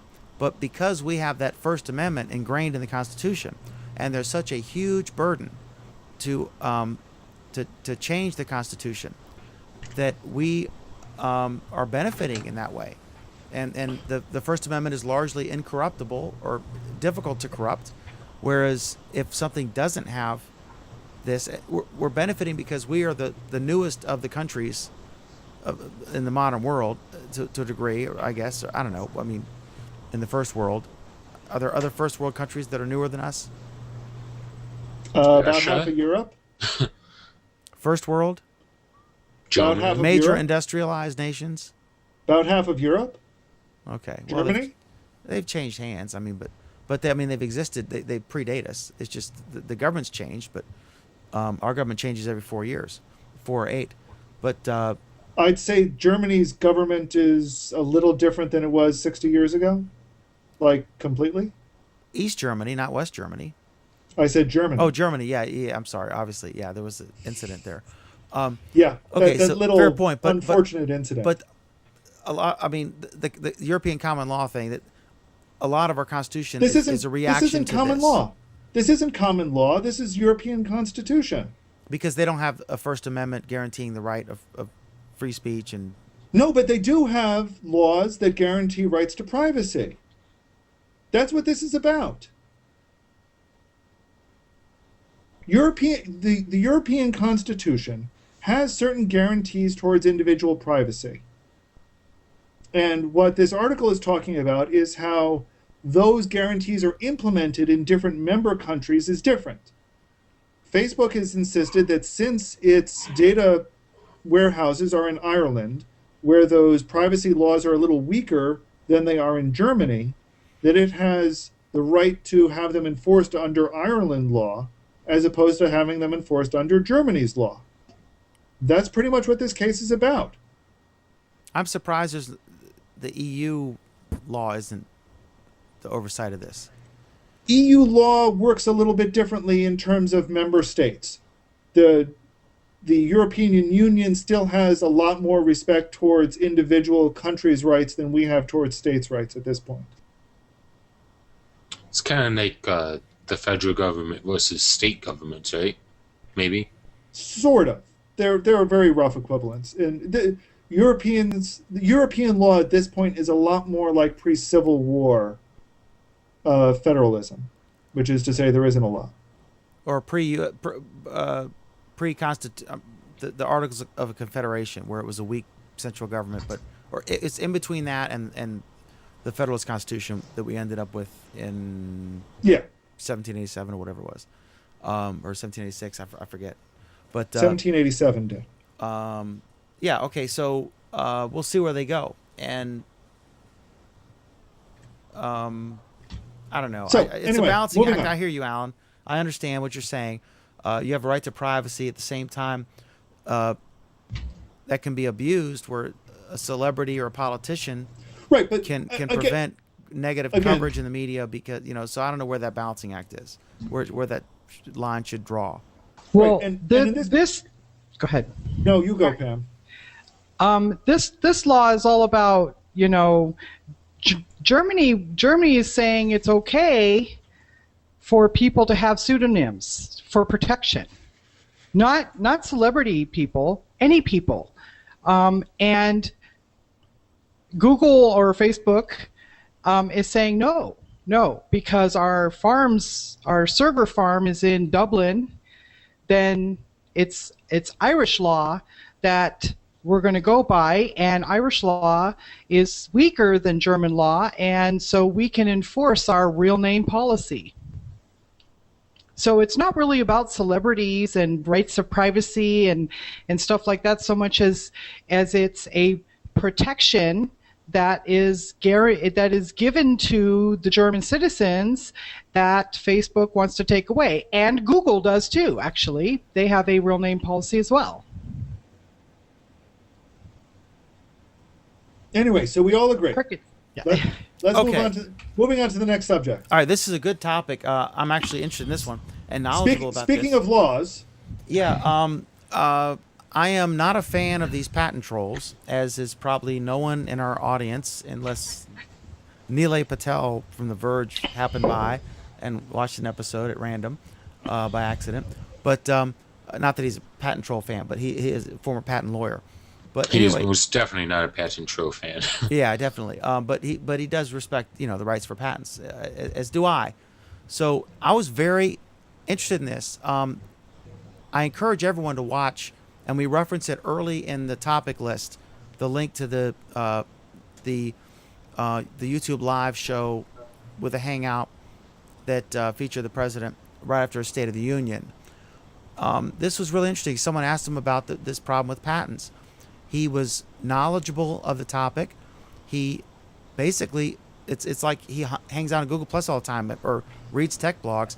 He talked about how there are these shell companies that don't really produce anything, that all they do are hold on to these patents, and he even said like extort money out of people. I think he used that word extort or some similar strong word, and he said that maybe we need to look at it because you want to look at the length of time these patents last, because you want people to be able to capitalize. You want to reward creativity and innovation and let people have a certain period of time so that they can be incentivized to come up with new products and make money for a period of time, but you don't want it to go too long, and we don't want everyone just suing each other like they're doing. So I was very, very impressed with his knowledge and with his stance on this issue. So what do you guys think? I will point out that this is, just how significant and important this sort of thing was considered to be by our founders, that this is in the Constitution. Article 1, Section 8 gives Congress the right to promote the progress of science and the useful arts by securing for limited times to authors and inventors the exclusive right to their respective writings and discoveries. And I think just that paragraph in itself, when looking at patents, and that's the basis of patent law, is that paragraph, specifically talks about, yes, you want to encourage innovation. Yes, you want to encourage people who invent and do things with their inventions. Those people should profit. The problem is our patent system today does not encourage those people. It encourages the lawyers. And I think that's what the problem is. I think, Alan, you're oversimplifying. No, I want to hear Pam's reaction. Pam's reaction. Okay, Pam, and first. then I'm gonna challenge you, Alan. So absolutely. There is no inventor left in most of the patent wars going on now. And to tell you the truth, Apple, Google, Samsung, Facebook, whatever, the only winners in any of these lawsuits are the lawyers. And it's set up to incentivize them. That was a word. Yeah, you got that one right. To create this drama and these issues where there might not be, in that very elegant two sentences from the Constitution. It wasn't even. It is one sentence. One sentence. It doesn't say, we encourage innovation in patent law, but that's what's happened. It's become creative. You've heard in the 80s, the late 70s and early 80s, that creative financing in those savings and loans and everything, that they went out of business because it was a little too creative. Well, now it's creative law, and it benefits only the lawyers. Only the lawyers. It doesn't benefit innovation. It doesn't benefit the companies. It doesn't benefit the patent holders. It doesn't benefit the inventors. Only the lawyers. You're both and wrong. And it's crap. You're both wrong. Go ahead, Dan. Okay, I hear what you're saying, and there's a tinge of truth in your motivation. But you do have a right, if you spend time to create, if Alan creates a new way to do an app or some new really interesting innovation, he has a right to profit from it. Dan, you have a right to sell that invention to someone else and let them profit from it, and they have a right to sue someone if they steal your patent. I think a lot of the problem is... Go ahead, Alan. Can you change your wording a little bit? I'm looking through this, and I don't see the word innovate.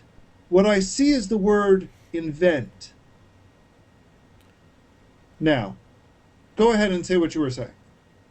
So once the car's invented, anyone who comes up with a new kind of car thing can't patent it? Is that what you're saying? No, of course they can patent it because that's Wouldn't that be an innovation? Invention.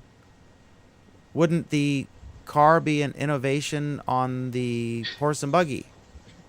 No. I think what Alan is talking about is patenting the word car should not be allowed. That would be a trademark anyway. I think what Alan but is you're correct. I mean, that's a generic term. Just like, and things can fall into generic terms inadvertently through common use. Like I think words like Kleenex, they can't really sue you if you use the word Kleenex to describe a generic tissue like puffs or any kind of tissue because it's so commonly used. I'll turn it around. But you have a right to say that if I have something that runs on 4 wheels, is that an invention? Is that even an innovation?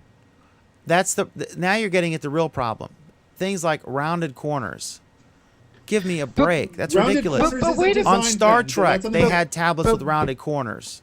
And for how long is that patent good for? Because you know what? It said temporary, right? For a period of time. What is that period of time? Not even a period, for limited times. Look, Jason joins us. We're already done with the sports story, and now Jason joins us. Jason, I try to do justice. I tried to justify your enthusiasm for the whole sports thing. For the man. Go ahead, give us back. Let me hit a lap here. Live from Guam. Go ahead. Use it or lose it, baby. Okay, yeah, live from Guam. 1:45 in the afternoon, and I am joining you guys on a new 4G LTE connection I'm getting, and I think I'm getting about 17 megs down and 12 up. So I'm actually testing the bandwidth. So I'm hoping this works. It's actually way better than your apartment. Big time. It probably would be. That's the way things work around here. But yeah, so I'm inside my car, and you may or may not be able to see this, but it's raining very heavily, and we're getting ready to do a football game. It's raining in Guam? It is. Oh my goodness. Yeah. No snow though. So. What's the temperature? Don't lie. What's the temperature there? Like 75? Perfect. Look at his teeth. No. 93. His teeth are like perfect. Yeah. Dan? Yeah. It's 75 here. Well, see you people. It's like 30 outside, and there's a black bear outside. Well, sorry, I was just jumping in, but what were you guys talking about sports? No, we were talking about that stadium thing you put in, right? Or you posted about, and Alan put it in. But tell us your thoughts on the Street View car going through the Colts stadium. Well, I guess it's not the car. I guess it's that like mobile rig they have, like the backpack with the the big the one that they hiked the Grand Canyon with. Exactly, yeah. So I'm assuming it's that, but I mean they went around and why can't I remember it now? It's a stadium for the Indianapolis Colts, and it's Lucas Oil Stadium. Yeah. In Indianapolis, and basically they took all three layers of the stadium. So they have the field level. They have what I believe are the executive suites and the bar, and then they actually have the players' locker room. So I got to go to, like, literally right up to one of the lockers of a player who I've admired for years, which may or may not creep you out. It'd probably creep me out more if you were actually there, right? If I was watching you. Or depending on how liberal your mindset is, that may be something you've always wanted to do with your life, but that's neither here nor there. That's awesome. I think that is super cool, and I actually posted about it. I was like, imagine if, and that's one of the things as a sports guy, that I've actually wanted to see since the very beginning. And I was like, imagine if you could do stadium tours or the major venues for not only sports, but for Wembley Stadium in the UK. I mean, because there's so many concerts that go there. Imagine if you could actually walk around the same place where Queen played and where more recently, like Foo Fighters played, like a massive concert, and all the great acts that came over from London. I mean, they all play Wembley, and that's like the dream of everybody. Or the Budokan. They also have like previously, long before Street View, where you could see what the view from your seat is. But to be able to go, I know exactly how I'm going to get to my seat because I go in the front door and, I've navigated, through this, the stadium Street View to my seat. So I know exactly how to get there, and I don't have to, ask the stadium staff how to get there. And I mean, it could be, it doesn't have to be about the cool factor, but actual, I think they even benefits. Did the Smithsonian.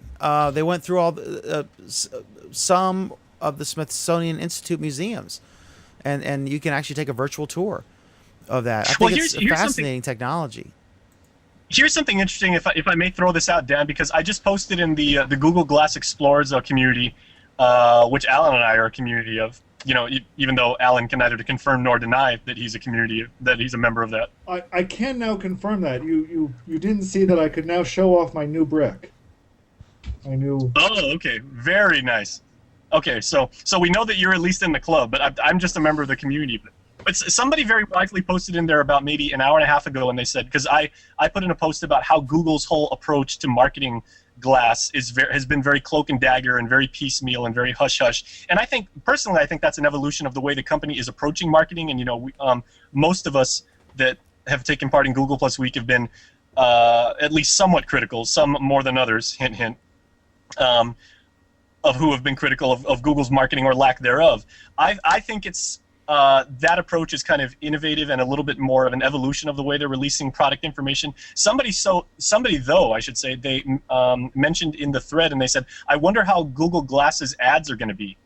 And I was just saying, I think the ads, because it's such a dramatic shift from the types of consumer products that the mainstream are used to seeing, and there's going to have to be this whole learning curve that people are going to have to get over. I would like to see, ads, because it's a very use case oriented company, because it's so engineering driven. I would want to see things about practicality, utility, and some sort of usability. And if you can hit on those three key mnemonics, and then set it against the backdrop of some sort of situation which all of us can identify with, like, I hate to use by comparison, but Apple has a tendency, when they do FaceTime ads, they do something with a soldier deployed overseas waving at his baby. Well, and Jason, they came out. There was a breaking story today, right before we went on, that Google. It's a report. It's unconfirmed that Google is going specifically for this. They're going to open stores, and they attributed it to their desire to be able to demo Google Glass for the reasons you mentioned. Do you think that's a good idea? No, absolutely, because I just think it's one of those things that even if they were going to have some sort of like web-based interface and, like, say, at least in theory, virtually take this for a test drive, it's the kind of thing that most people just won't be able to grasp, or you just can't figure it out until you actually use it. I mean, and it's like how well would automotive sales have ever done if not for the concept of the test drive? Imagine if they had Google stores, and Google is a phenomenal brand. It's as well known as Apple or Microsoft or anybody. Imagine if in those Google stores they also had people who could encourage people to use Google Plus and show them, the way we've done with all of us. Everyone in this room has tried to get someone to get on Google Plus, or multiple people. A full frontal assault for their products. Look at the way their ads have shifted, like particularly over the last years. They've had these little miniature films, if you will, of their advertisers, and like you see them on mainstream TV now in prime time, and the ads are like, there's that one girl who's away at college, and she's interacting with her dad with various products across Google's lines, and she's chatting with him, she's doing IM, she's doing Hangouts, and she's like, I'm so lonely at college, and it sucks to be out here. And then the next one, hey, this is my boyfriend. But if you can actually connect with people on an emotional level at that point, that makes very complex technology a little bit easier to fathom for the average person. And I think that's probably what we're going to see. I mean, use case driven, but really backed by some sort of real world scenario that everybody can identify with. I think that they've done a good job. Their ad agency is terrific. I mean, I love that ad where the mother, the little girl says it's dressed like a President Day, and I have to be Martin Van Buren, and she has to cut up cotton and stuff, and she makes her daughter look like Martin Van Buren. It's a wonderful ad. It does that, but we still get to the problem of the user interface issues and the complexity of non-technical Facebook user entering Google Plus for the first time, not seeing Hangouts that are relevant to them, not seeing users who are relevant to them, not seeing any of their Facebook friends on here. And that's the problem we've been battling with, since day one. And they have not conquered that issue yet. And there's a comment, and then after this comment, I want to hear, Alan, is that the same comment? No, it's actually a slightly different comment. Dan, Alan is dead right again. So go ahead. Okay. Pam, you're about to do your first Hangout on air. Tell us what that's about and when that starts. Well, I don't know. I don't know if it's going to start on time, because I'm going to subscribe to the Dan McDermott loose start time philosophy. Dan McDermott School of Scheduling. yeah. But I'm going to do a disco night hangout. See, Jason is the anchor for KUAM in Guam, and he has to be on time because that computer kicks in and he can't delay it. He's on right at 6. Well, it's not so much the computers; it's all the advertisers who we told that like we go on the air at 6 and we're out of there at 7 o'clock. Yeah. All right. So Pam, what's your Hangout on air about? If you're allowed to say it. I'm going to do Friday night sessions. Is a page that does music videos on Friday nights, and usually they do the 80s. rock stuff and the 80s stuff. And tonight they're doing disco night. So I'm in my disco garb. Oh yeah. And so I'm got my rotating disco balls and gonna have another laptop here and gonna stream some music and have a hangout. That's awesome. Don't get in trouble now. We only have one more topic. Go ahead, Jason. Sean Cohen and Friday Night Sessions. It will take requests. Actually, absolutely. Yep. So people should just go to your profile to see this, or a page? I would go to Friday Night Sessions to make requests and to see all the music being played. And I will only invite people in my circles for the Hangout on Air because, number one, you can't do them publicly, and number two, I wouldn't. So to see that, just you see her name right there, Pam Adger, Adger. Yep. Just find her and on Google Plus, and that'll be happening shortly. That's awesome. We only have one more topic, and I'll leave with Jason since he popped in, and he's so hard to get because he has all this wonderful weather down in Guam. Look at that beautiful rain and a balmy. What's the temperature there right now? You said 90. 93. Can you guys see that? That's the end zone right there. That's the 10-yard line marker. Yeah, I don't know if you guys can see that. Yeah, we can see it fine. Yeah, your connection is fantastic. I'm at the university. I'm actually right behind the university gym. So this is where we do our football games. I was talking about football stadiums, and then I'll get to our last topic before we close. I had a paper in Lynchburg. We still have a website, and I covered the Liberty University football team, and amazing stadium, and they have the boxes for the coach and for Jerry Falwell Jr., and it's fully catered, and it's amazing food decked out. It's awesome. But the behind the scenes there, when you're a reporter, they have catering for the reporters and stuff. It's really cool. But our final topic here, and I'll get Jason's input on this because then I get ready to roll, and Pam too. Are we dumping this topic, Alan? I say we're dumping. We've already started wrapping up, so I okay. think we're... Pam, tell me your show is get ready to start. How was your week? What happened? Give us a quick synopsis here. My week was uneventful. Nothing exciting happened on Google Plus. It was just another great week with great engagement. And I did have a post today about that got some really good engagement about big egos on Google Plus, and I thought that was it was a good topic and good discussion. There were no trolls or anything. It was great. Yeah, that's it. All right, awesome. Hang on one sec, Jason. I'm going to go to you next. Anthony, speaking of big egos, no, I'm just kidding. Anthony, how was your week? It was good. I've been, speaking of big egos, celebrating my birthday week. Tomorrow's my birthday, so. How old are you going to be? Happy birthday! Happy birthday, Anthony. Happy birthday! I'm going to be 29. Awesome. Happy Wow. birthday from Guam. How exciting 29? is that? I wish I was 29. Happy early birthday. It's your birthday here already, Anthony. It's 1:58 in the afternoon. That's right. On Saturday. There you go. You can grab one of the beer cans you used to keep on your back shelf there, Anthony. And I'm start celebrating. almost old enough to be your mother. It's so sad. Jason, how was your week? How was your Guam week? Well, I don't want to bring you guys down because I'm sure it's been a very lively show, but we had some really a very tragic story. That's why I haven't been on Plus for the majority of the week because we had a very, very tragic story here. If you guys want to know about it, I mean, I can say you can go to our website. Okay. Just go to KUAM and check it out. Yeah, very, very, very, very tragic story. Multiple deaths, and it was just the whole thing was grisly. It just came out of nowhere. So it was, I heard it. It's pretty unpleasant.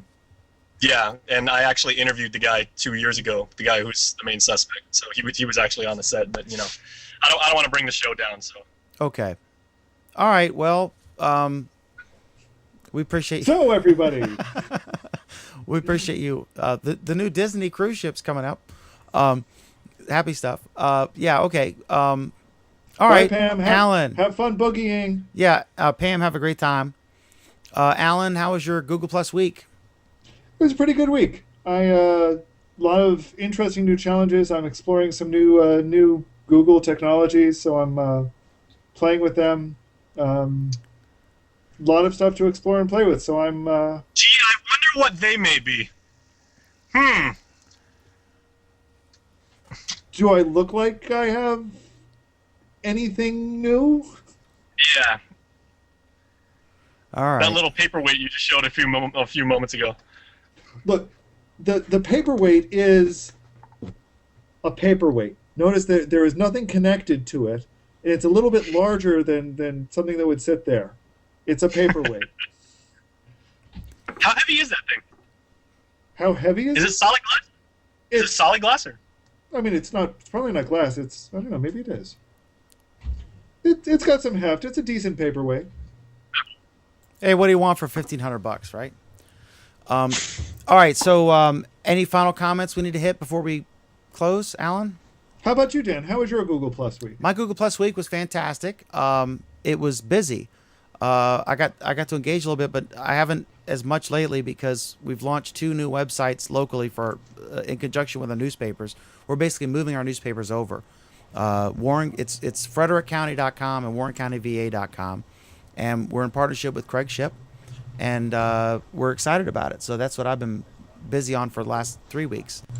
But I want to thank everyone for watching. Go ahead, Before you finish Alan. up, there is one last comment that I want to share. Okay.